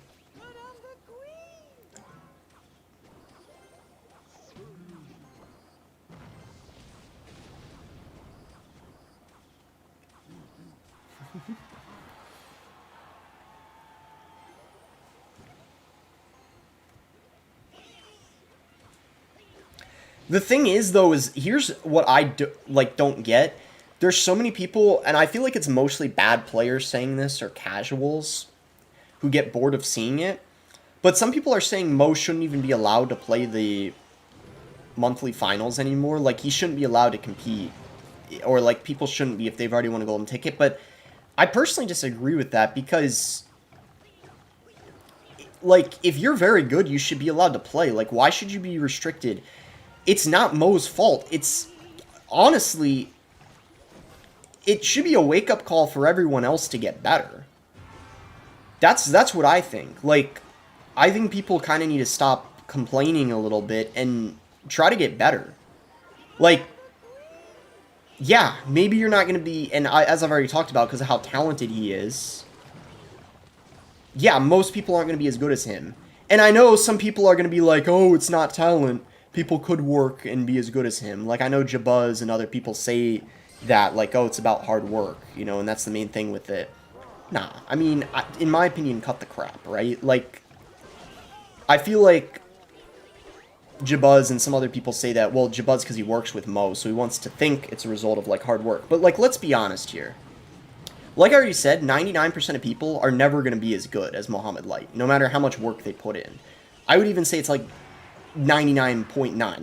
Like he's like 1 in 10,000 when we talk about like genetic beasts, you know, to just be a god at this game, you know?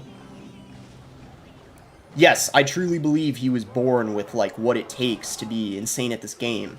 It's the same with other things like bodybuilding, pro athletes, like there is talent in this game without a doubt. No, it has nothing to do with mindset and how hard you work. That can help. But if you don't have at least a bit of talent, it's not really going to get you anywhere. Things such as reaction time, being able to make really quick decisions, that's not necessarily things you can just get better at, you know? You can get better at certain things, sure. You can become more versatile. You can try to work on improving your mindset, but some things you can't get better at in this game. That's just the reality.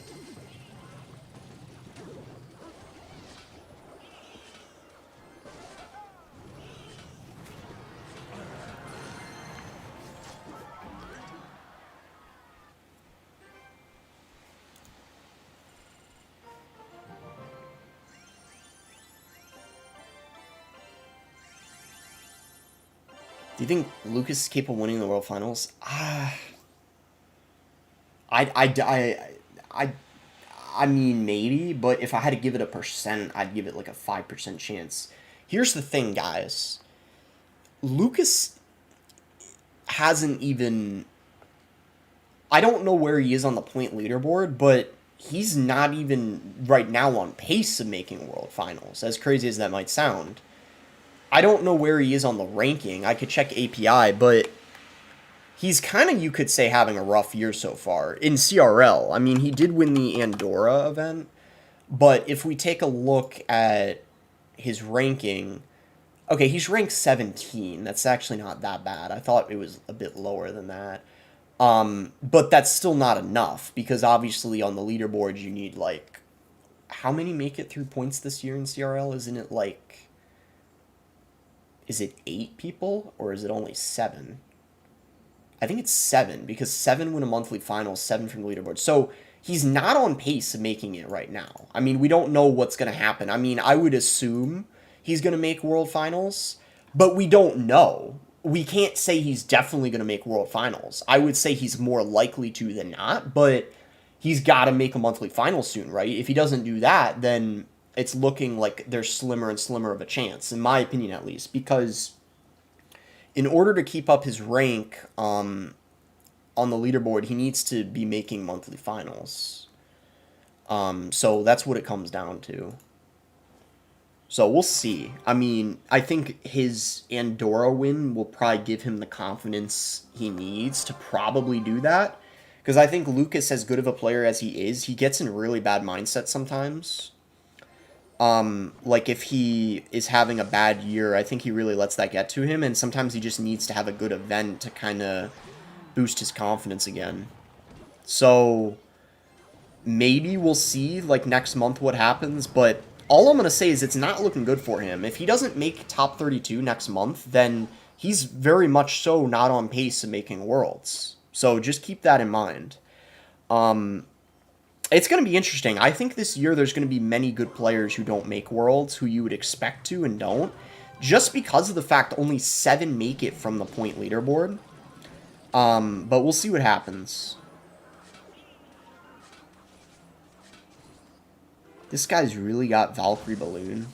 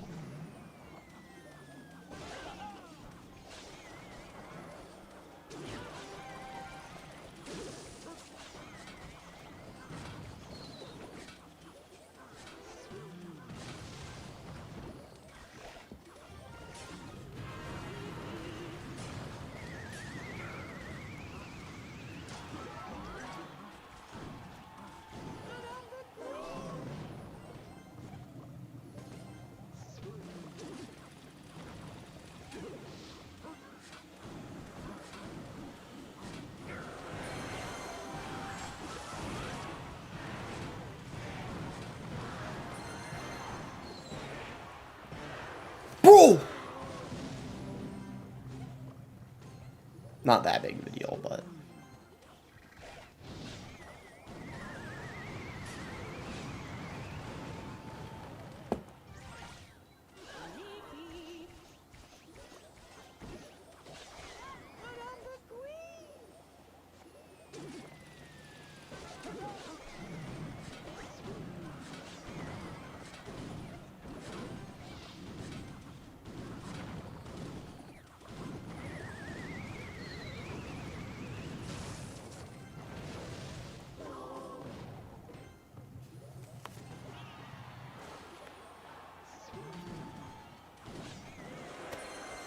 Really? At least I didn't lose because of the log. I think even if... Yeah, I still would have lost. Bro, like... Oh, man. So close. Ugh. Rip. Those goblins were kind of bad, though. I guess I should have, like, guessed that was going to happen, but I thought he was going to miner. Oh my gosh, man. But I guess I should have waited until he actually played a miner to do that.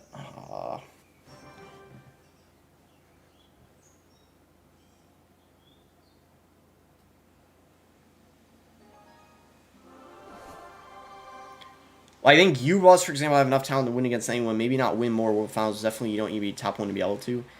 I mean, like... I don't know. I don't know, honestly, how much talent, quote-unquote talent I have, or, like, any of that. I think I do have quite a bad mindset sometimes.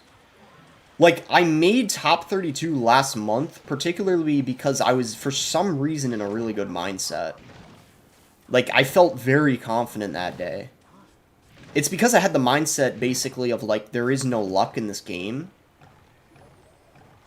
And I actually think that's a great mindset to have. I feel like I qualified because of part of the reason I told myself, I was like, if I don't make top 32, it's my fault. And if I make it, it's my fault because I played well. So, I think when you remove the fact that there's luck, it helps you play better. Because I used to always think, like, when I don't do well, like, I'm unlucky or whatever. Or if I do well, I got lucky. But I realize that's not really the case in this game anymore. Because Muhammad Light kind of proved that, you know? Like, if you don't do well, it's not because of bad luck. It's like 99% of the time, it's a skill issue.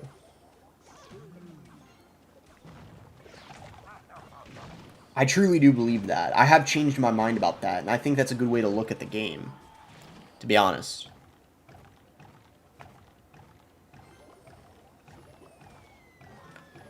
Bruh, sounds a lot like Andrew Tate. Well, that actually... I don't... Well, Tate, first of all, like, thinks video games are a complete waste of time. But that is one thing he has said, that, like, in life, for the most part, you're in control of most things. But I think in this game, I do think at the end of the day, it's a very skillful game, you know? And I think if you take accountability for you, like, not doing well, that's the best thing you can do, instead of thinking, like, oh, I just got unlucky. But I also think you have to be realistic. I think some players...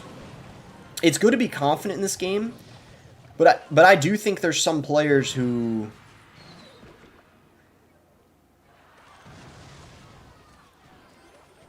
think that it's like, with enough hard work, they'll be the best player in the game, or whatever. I think some people have to realize and accept eventually that maybe they don't have enough talent to succeed in the game.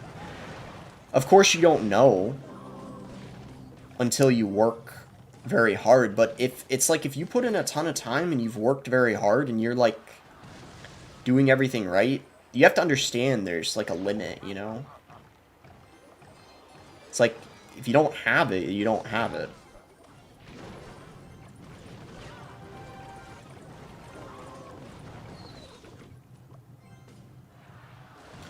And I think that's part of the problem for some of the players in this game who...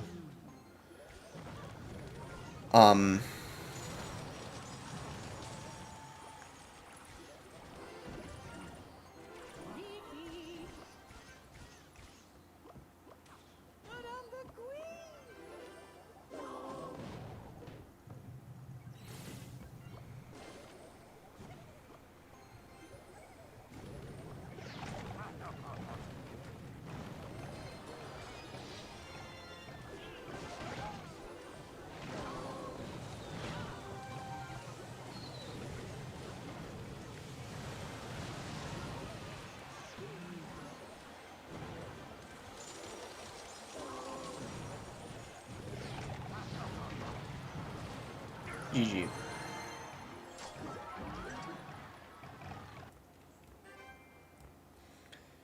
Ian's super confident.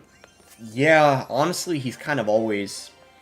I will say, though, he does make excuses. Not as much anymore, but he used to make a lot of excuses. But now that he's better, he doesn't. You know, honestly, and this might prove my point about mindset being important, Ian has... I have to say I'm kind of proud of him. Because a year or two ago, like 2, 3 years ago especially, like, I mean, I've known him for like a few years. I mean, more so recently, because, like, you know, I've talked to him a lot more in group chats or, like, even on call or whatever. But I think he used to have way worse of a mindset because he would always come up with the most ridiculous excuses when he didn't do well, like 2 or 3 years ago. Like, some of them were just crazy, or, like, he would always be like, oh, I just got unlucky with that matchup or whatever. Like, he would say that all the time. But recently, he's taken way more accountability for himself in this game. Whenever he doesn't get a finish he wants, he'll always be like, I could have played, you know, better, or I like, definitely wasn't playing my best, or whatever. Like, in some matchups, or, like, he'll talk about, like, a mistake he made, like, he lost for that reason. Like, when he was really close to finishing #1 and he lost to Starlight, which was a tough matchup. It was, against Splashout, obviously, Starlight had matchup, but instead of, being like, oh, I got super unlucky, he actually, you know, realized, yeah, you know what, it wasn't a perfect game. He did, like, I think one thing specific that potentially cost him the match that Mohammed Light, I remember, and Air Surfer were talking to him about. And he just, he's taken way more accountability for his success in the game. Like, he's someone who I've really noticed recently has adopted that mindset where it's like, I'm in control of my success. If I do well, it's because I played well, and if I didn't do well, there's something I could have done better, which I think is a great trait to have. And that's what I'm trying to work towards too, having that mindset, because I think that that's very important to have in the game.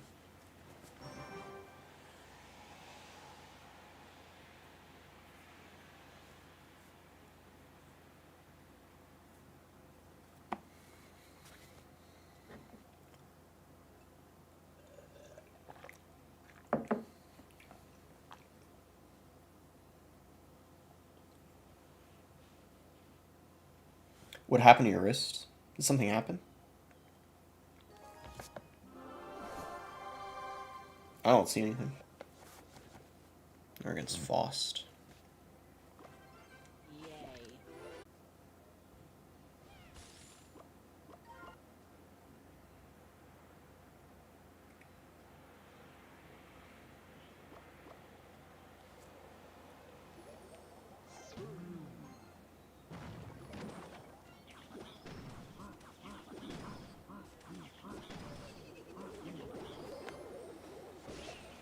Ah, shoot. Wasn't paying attention.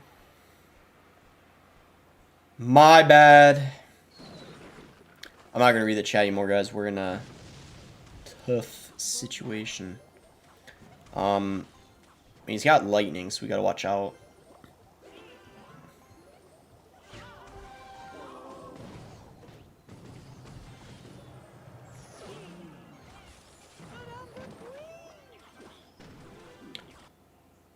Oh, I couldn't log that. If I logged that, he would have gone bare. Big yikes.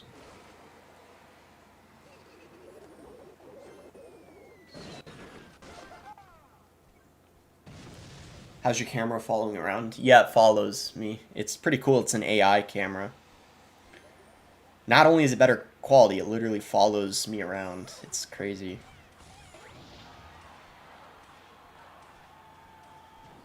It's a little creepy, maybe, but...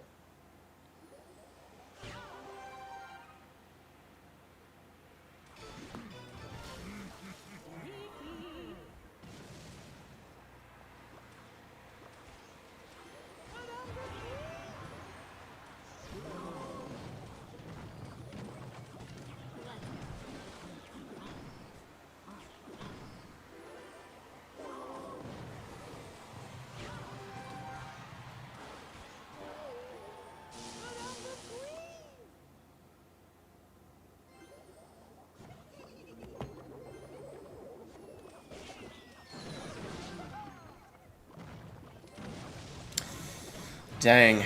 Bomb tower's tough to break through.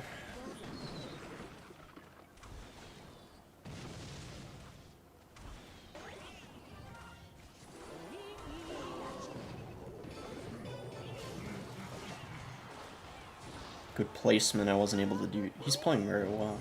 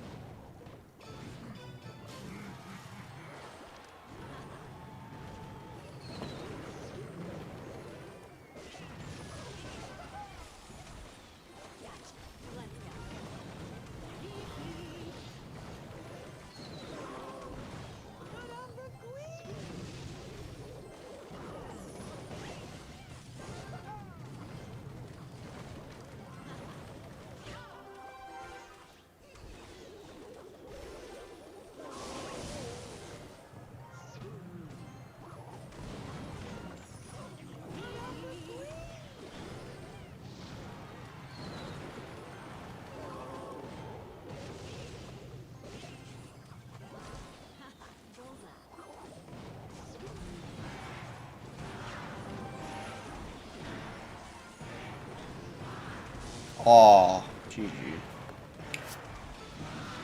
He played well. I don't know what that matchup was, but I definitely could have played a lot better, especially at the beginning. I feel like it was maybe slightly for him, though. I don't know, though, because Bomb Tower and Lightning. Because typically this would counter bait, but because he's got the Bomb Tower, that's why I'm not sure. And then also the Lightning. It's like Riley's variant. I don't know, maybe Riley in a matchup said what, or in a video said what the matchup is. I feel like it would be for him, though, at least slightly. Because of the Lightning and the Bomb Tower. If he had a Rocket, then yeah, I think it would be for me, even with the Bomb Tower, but I don't know. The thing is, though, is if I knew he had a Lightning, I would have played a little differently at the start, because I think I gave him a free Lightning on an Archer Queen on the right side, if I remember correctly, but either way. Kind of goes to show what I was talking about how, like, majority of the time when you lose, you definitely could have played better, and I could have for sure played a lot better at the start, especially. And I think that ultimately cost us the game.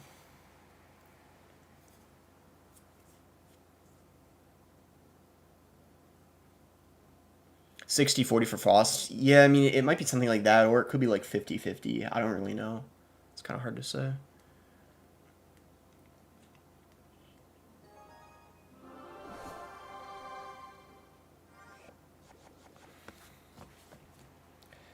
Yeah, Frost is really good. He made the monthly finals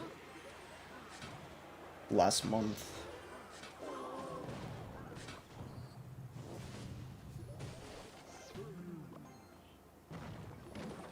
Oh, there's so many people. I might switch. There's so many people running Bomb Tower. That's tough, man. I think I'm going to change after this game.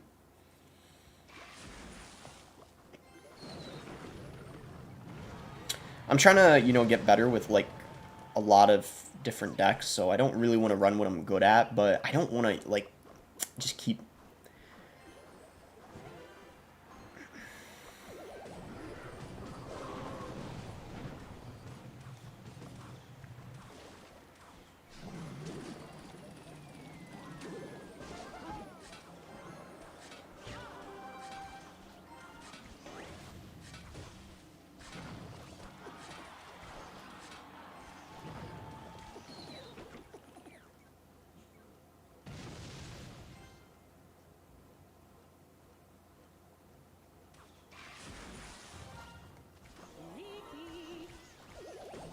goal ladder placement. I don't really have one. I haven't really had one in a while because I don't play much ladder anymore, or the amount that I used to. I used to play ladder probably on average, like a few years ago. I used to play ladder probably on average 5-6 hours a day. I probably only play ladder on average like a couple hours a day now. Like I said before, I usually only stream ladder, or I usually only play ladder for a few hours in a row when I'm streaming it. Otherwise, I like almost never.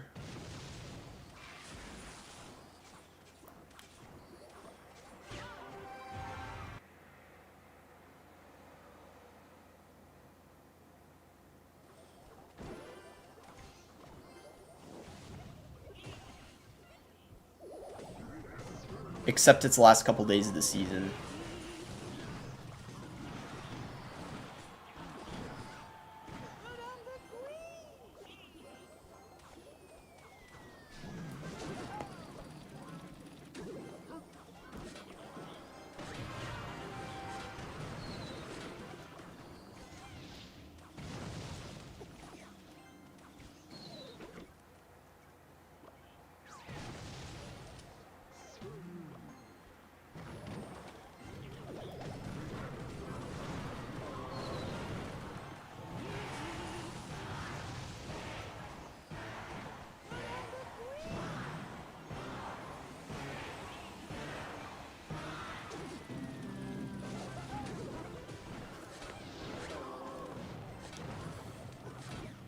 I wanted to go for the king activation, but I don't think I would have gotten a cannon down in time.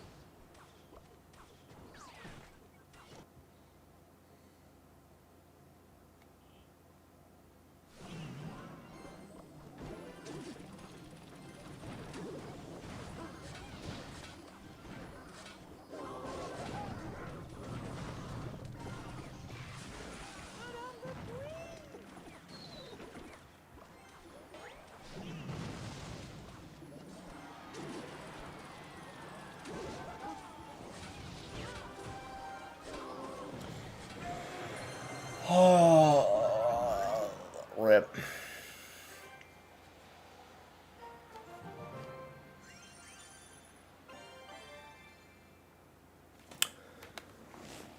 Have you ever made a homemade deck before? I guess when I played Giant E-Drag, I don't know. I was kind of known for being the main one who made that or played it.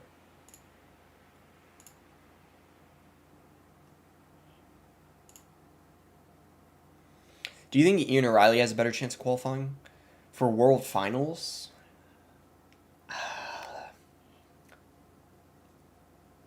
It's so close. Honestly, I don't know. I mean, Riley made top 32 last month, and I think he went 3-3, which was pretty solid.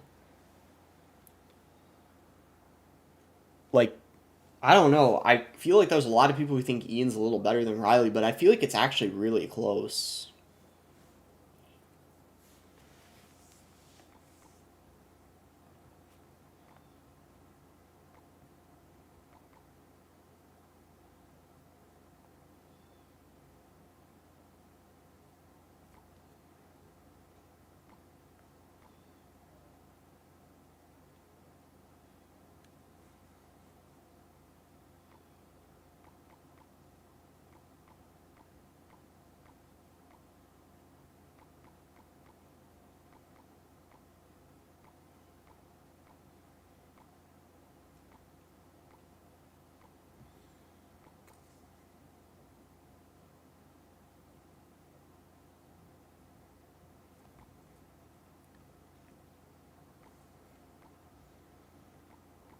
I'm gonna play, what deck should I replace here?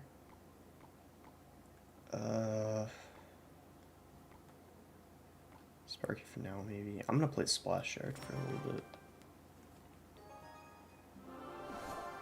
I don't know how much longer I'm gonna stream. I'm already getting kind of bored. This is the problem with me, to be honest, with ladder, why I feel like I haven't been finishing well on ladder recently. I just feel like I lack kind of the motivation, sort of. Maybe because I don't think it's as important as I used to finish #1 on ladder. Or, like, get a very good finish. Because a couple years ago, or, like, 3 years ago, it was, like, kind of all I cared about. If I got a good finish, it was, like, the highlight of my month. If I got a bad finish, I was, like, upset about it for, like, a couple days in a row. Or, like, at least the next day. Now I just don't care as much. To be honest, guys, it's kind of hard to say whether that's good or a bad thing, because I feel like, as a result of not caring as much, it doesn't affect my mood as much as it used to, which might be a good thing, because I think I kind of cared to sort of an unhealthy amount, sort of. Because that's how it was for me, like, 3-4 years ago. Like, literally every minute of free time I was playing this game. Like, ladder or whatever. But now, I don't know, I feel like I prioritize other things. I feel like there's things... I'm gonna give you some examples. Recently, I've been kind of obsessed with, well, not obsessed with, but I've kind of cared more about, like things like outside of the game, stuff where it's like kind of like fitness, working out, trying to build like a good physique. Also, like, I care a lot more about money. I feel like 2-3 years ago I didn't care as much about money, but I've started to prioritize, I think, thinking about money. So that's like kind of like content, because obviously that pays way more money than what you would get for, like, I don't know, like other, like, for playing this game. Like, you don't get anything for playing this game, pretty much, I guess is what I'm saying. At least on ladder, like, it gets you, it depends on the type of content creator you are. But I think, like, in general, it doesn't get you much. Competitive, at least, you get paid when you win, but it's like, even then, in competitive, you don't earn a lot. Except if you're, like, one of the best of the best, you know? And I think that could be why a lot of people grow out of the game a little bit. Part of the reason. I think I'm, like, starting to kind of realize that. I just realize, to me at least,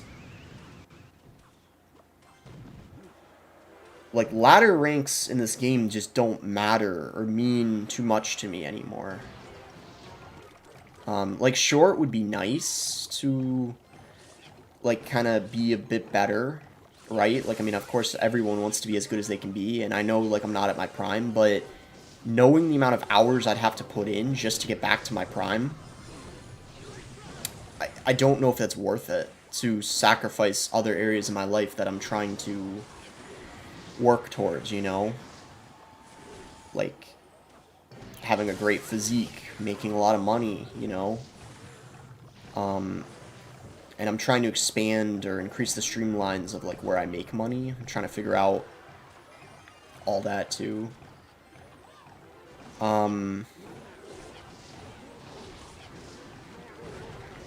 Kind of, like, what's important in life kind of has shifted a bit for me. A little bit. Because a couple years ago, it was literally the game. It was, like, all I cared about. It's like, I remember, like, pretty much a few years ago, yeah, it was, like, the end of the world for me if I didn't get a good finish. I would be, like, pretty depressed for, like, a day or so. Like, if I got a horrible finish, yeah, kind of like I already talked about. Like, it was the highlight of my, it was, like, for me, my highest highs and lowest lows in life a few years ago were solely revolved around the game. And I guess that's kind of what I'll leave it off of. Like, I think that's a bit unhealthy, you know? I think it's important to, in your life, have other things that you really care about. I don't think it was necessarily a bad thing. You're tilted? Nah, I think that... I know, guys, like, there's stuff you can do.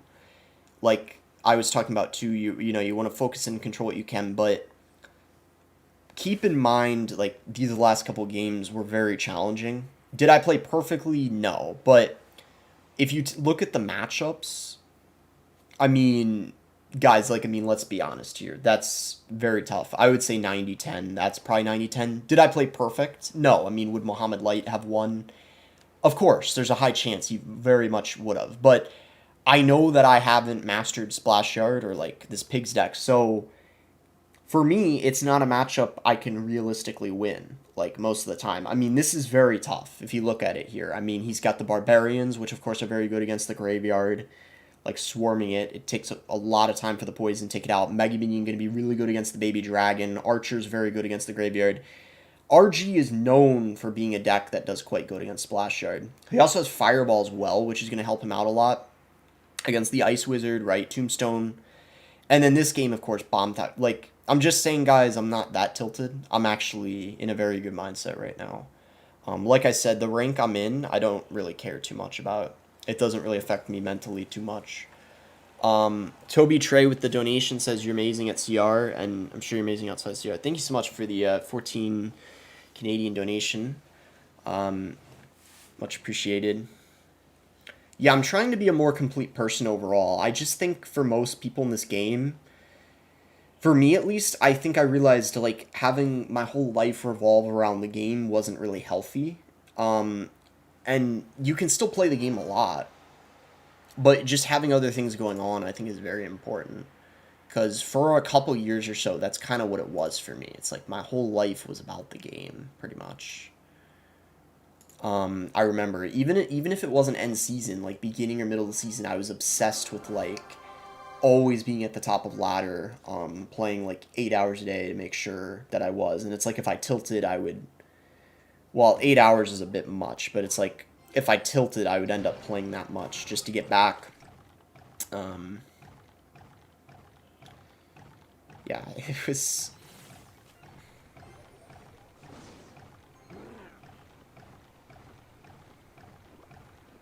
It was kind of a lot. This guy's name? Nice.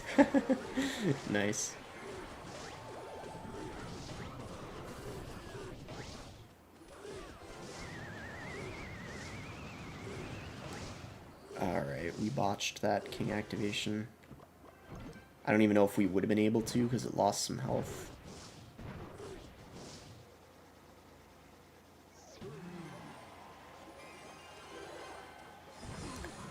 We have a very good matchup, though, so I should be able to still win this despite us having that horrendous start. Because he pretty much can't really defend graveyards.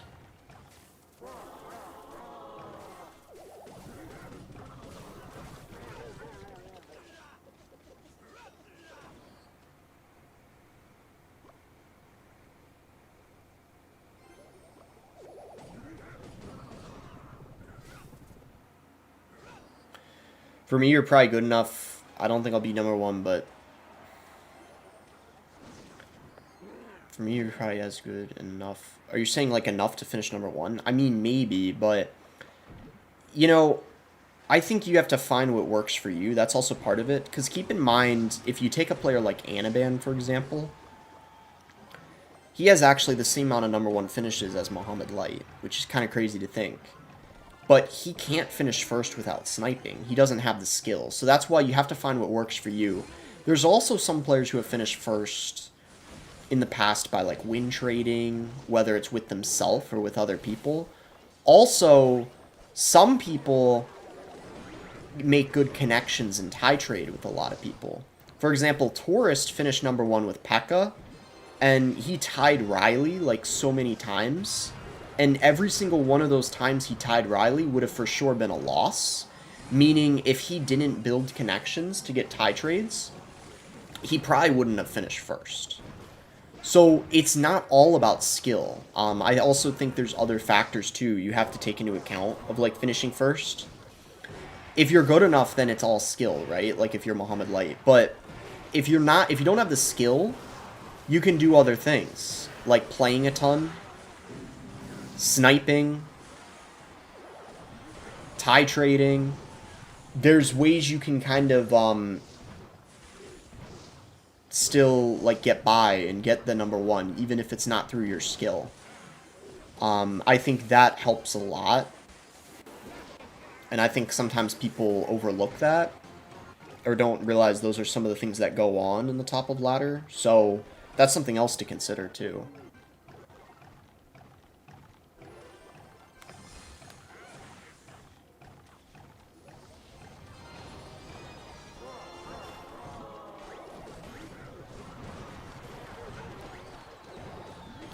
But yeah, guys, the reason why I think it was very unhealthy with how much I was playing the game and kind of just the way I thought about the game, it kind of was what someone said in the chat about not associating your worth with your performance. And for me, I had that problem. I literally, guys, when I did really bad in the game, whether I had a really bad competitive event, right? When I did very bad competitively or got a really bad ladder finish, I, like, truly, like, felt really bad about myself and thought, like, why am I not capable, you know, doing this? And it kind of got dragged into, like, real life a bit. So what I'm trying to say is if I did really well in the game, I would be, like, more confident in real life. Like, it would literally impact how I feel and how I act in real life. Like, outside of the game. To a very large degree. And that's, yeah, part of why I think I was playing too much. And the crazy thing is, even though I've significantly reduced the amount of time I play, I feel like I've really kept probably like 80% of my skill. Sure, I'm not at my prime, but it's like I made top 32 last month in CRL, and it's like, I mean, that kind of happened out of nowhere. I didn't even play CRL the first month. Second month, I didn't do that well, and then I made it. I mean, I qualified top 32 CRL last month, even though I don't play that much. Because I know I don't play as much as I used to or practice, you know, a ton anymore. But I feel like you keep so much of the skill, you know? I think it's easier to keep the skill than to gain it sometimes. And that's why you see people like Mugi and like Samuel Basoto, they hardly ever play the game, and yet they still have like all their skills. So even though they're not at their prime, they're just so good that they're still like a top like 5 player or whatever, just because, you know, you like I just said, you keep your skill, much of it anyway.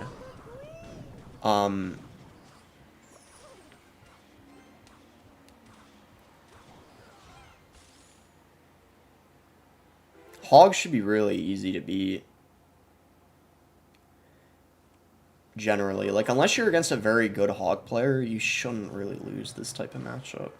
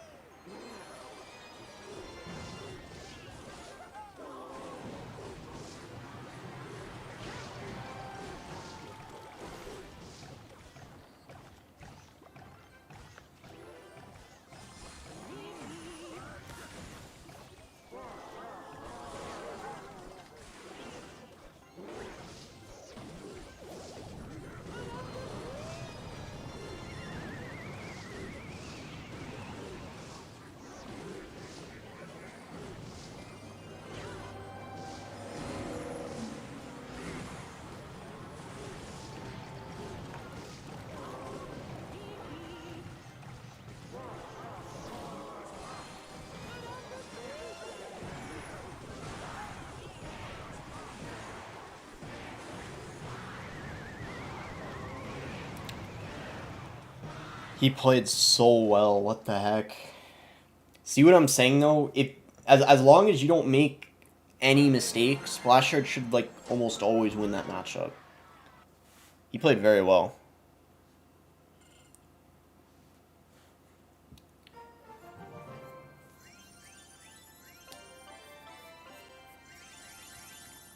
Like his defenses against the graveyard were like almost perfect, I feel like. But that's typically what happens. Eventually in Triple Elixir, the graveyard players should be able to overwhelm just because of the... Like, you're gonna get eventually some skeleton connections. Eventually, so... Why not NATO the queen away? Yeah, I could have done that, actually. There probably was a couple opportunities to do that. He had delivery and goblins. I mean, true. I mean, definitely goblins are going to help, but I think it's still a good matchup for Splash Shard, for sure. Now, Hog Mortar, on the other hand, is not easy. If they're using Hog Mortar with Musk, that's annoying because the Musketeer gets, like, a lot of value.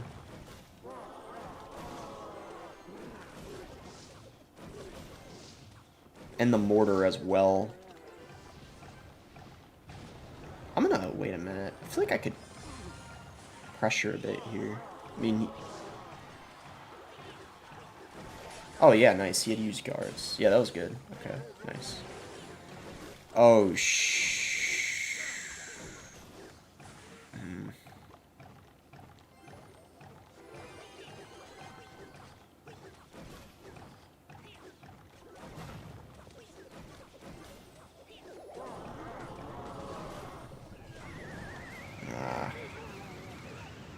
We're down a bit of elixir. We gotta watch out. He's probably up like 3 or something.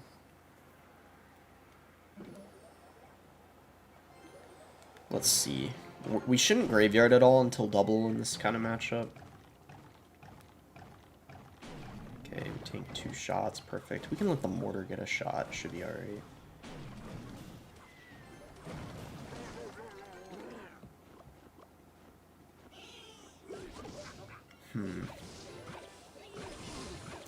Dark Ob. This is going to be a bit tricky, I think. I mean, it's winnable, but this is for sure going to be kind of hard. Because of the Dark Ob especially. Oh, no. Well, I guess I would have had to play Skelly King anyway, but it still sucks I missed the NATO. Took some unnecessary damage there. Alright. Let's try to focus here. It's just, yeah, the Dark Ob is going to be... Let's Graveyard, just to kind of apply a little bit of pressure now. That was a good Graveyard, actually.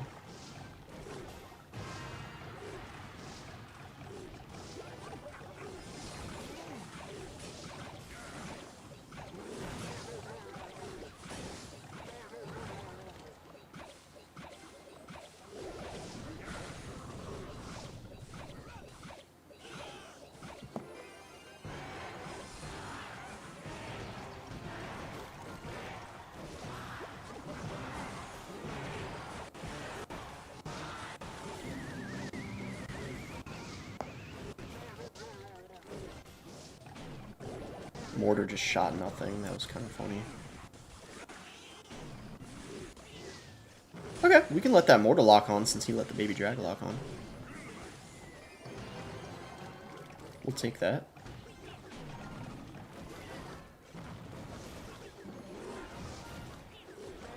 Oh my gosh.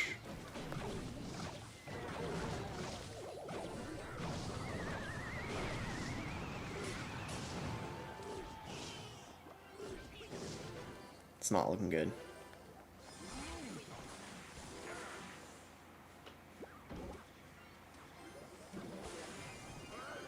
Let's poison that.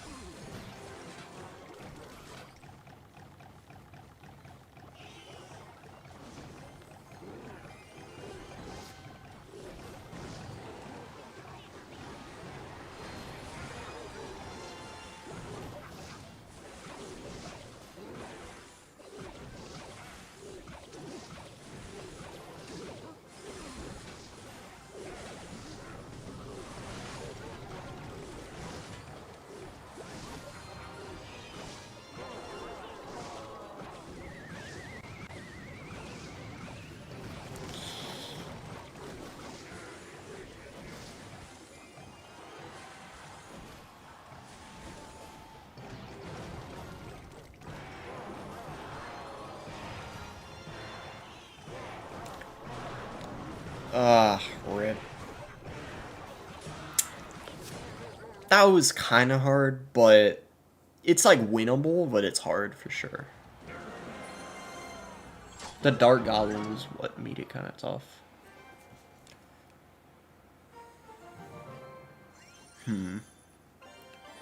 Yeah, I don't know.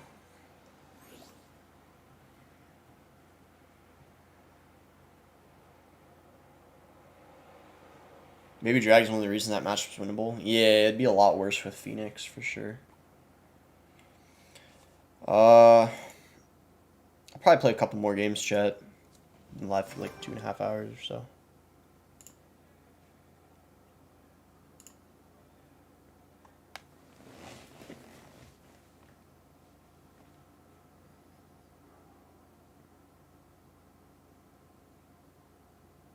It's not just skills, it's also mental. Yeah, I mean, mindset's definitely a part of it, for sure. Did you know that Ian is pretty religious? Yeah, I know. He's pretty religious. He, like, talks about it in group chats and stuff.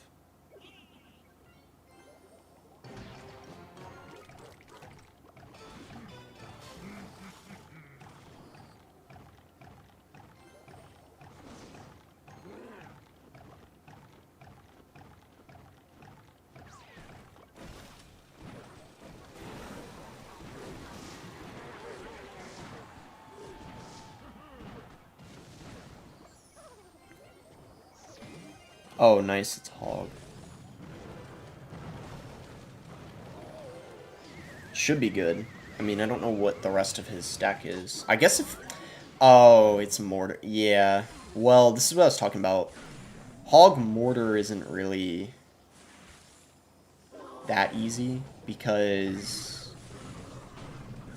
I mean, we'll see. I mean, pretty much what we have to do is...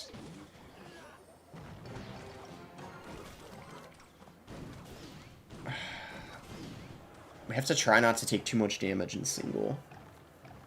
And we've kind of already taken a lot, so... I don't know.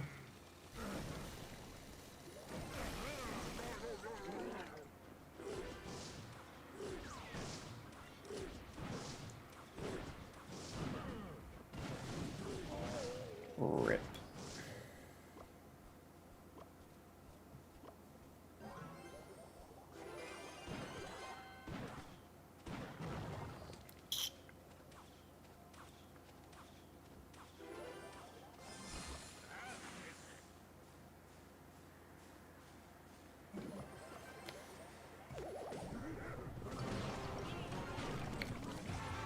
Okay.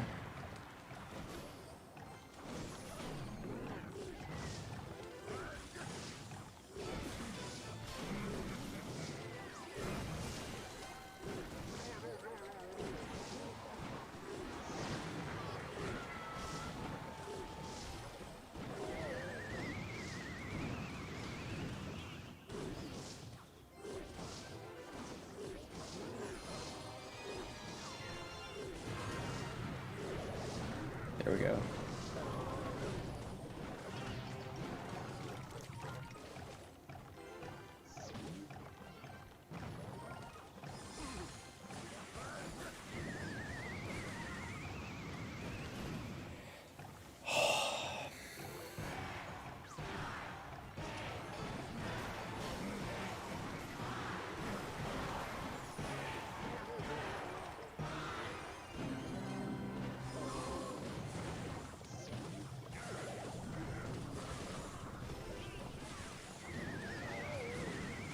That's gonna hurt.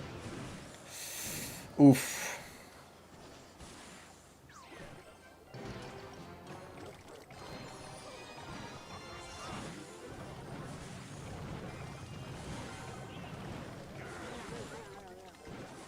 Poison that.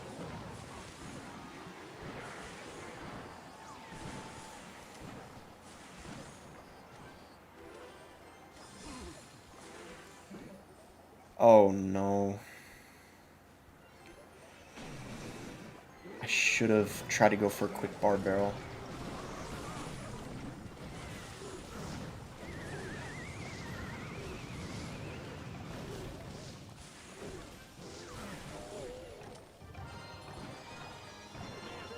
Well, that's game, probably.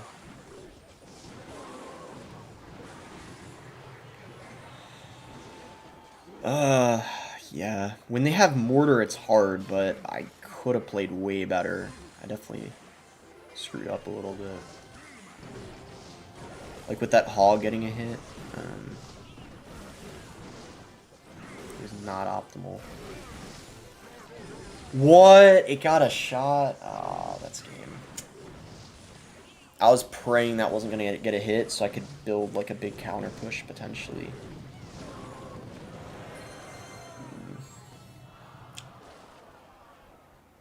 Be easier if the opponent didn't have Earthquake. I mean, it's not that bad, but from what I heard, it's slightly for Hog because it's because of the mortar. Like the main difference in that is the cannon. Even though it's good against the graveyard, it makes it easier because the only offense they have is the Hog, which you just have to have a Tombstone or NATO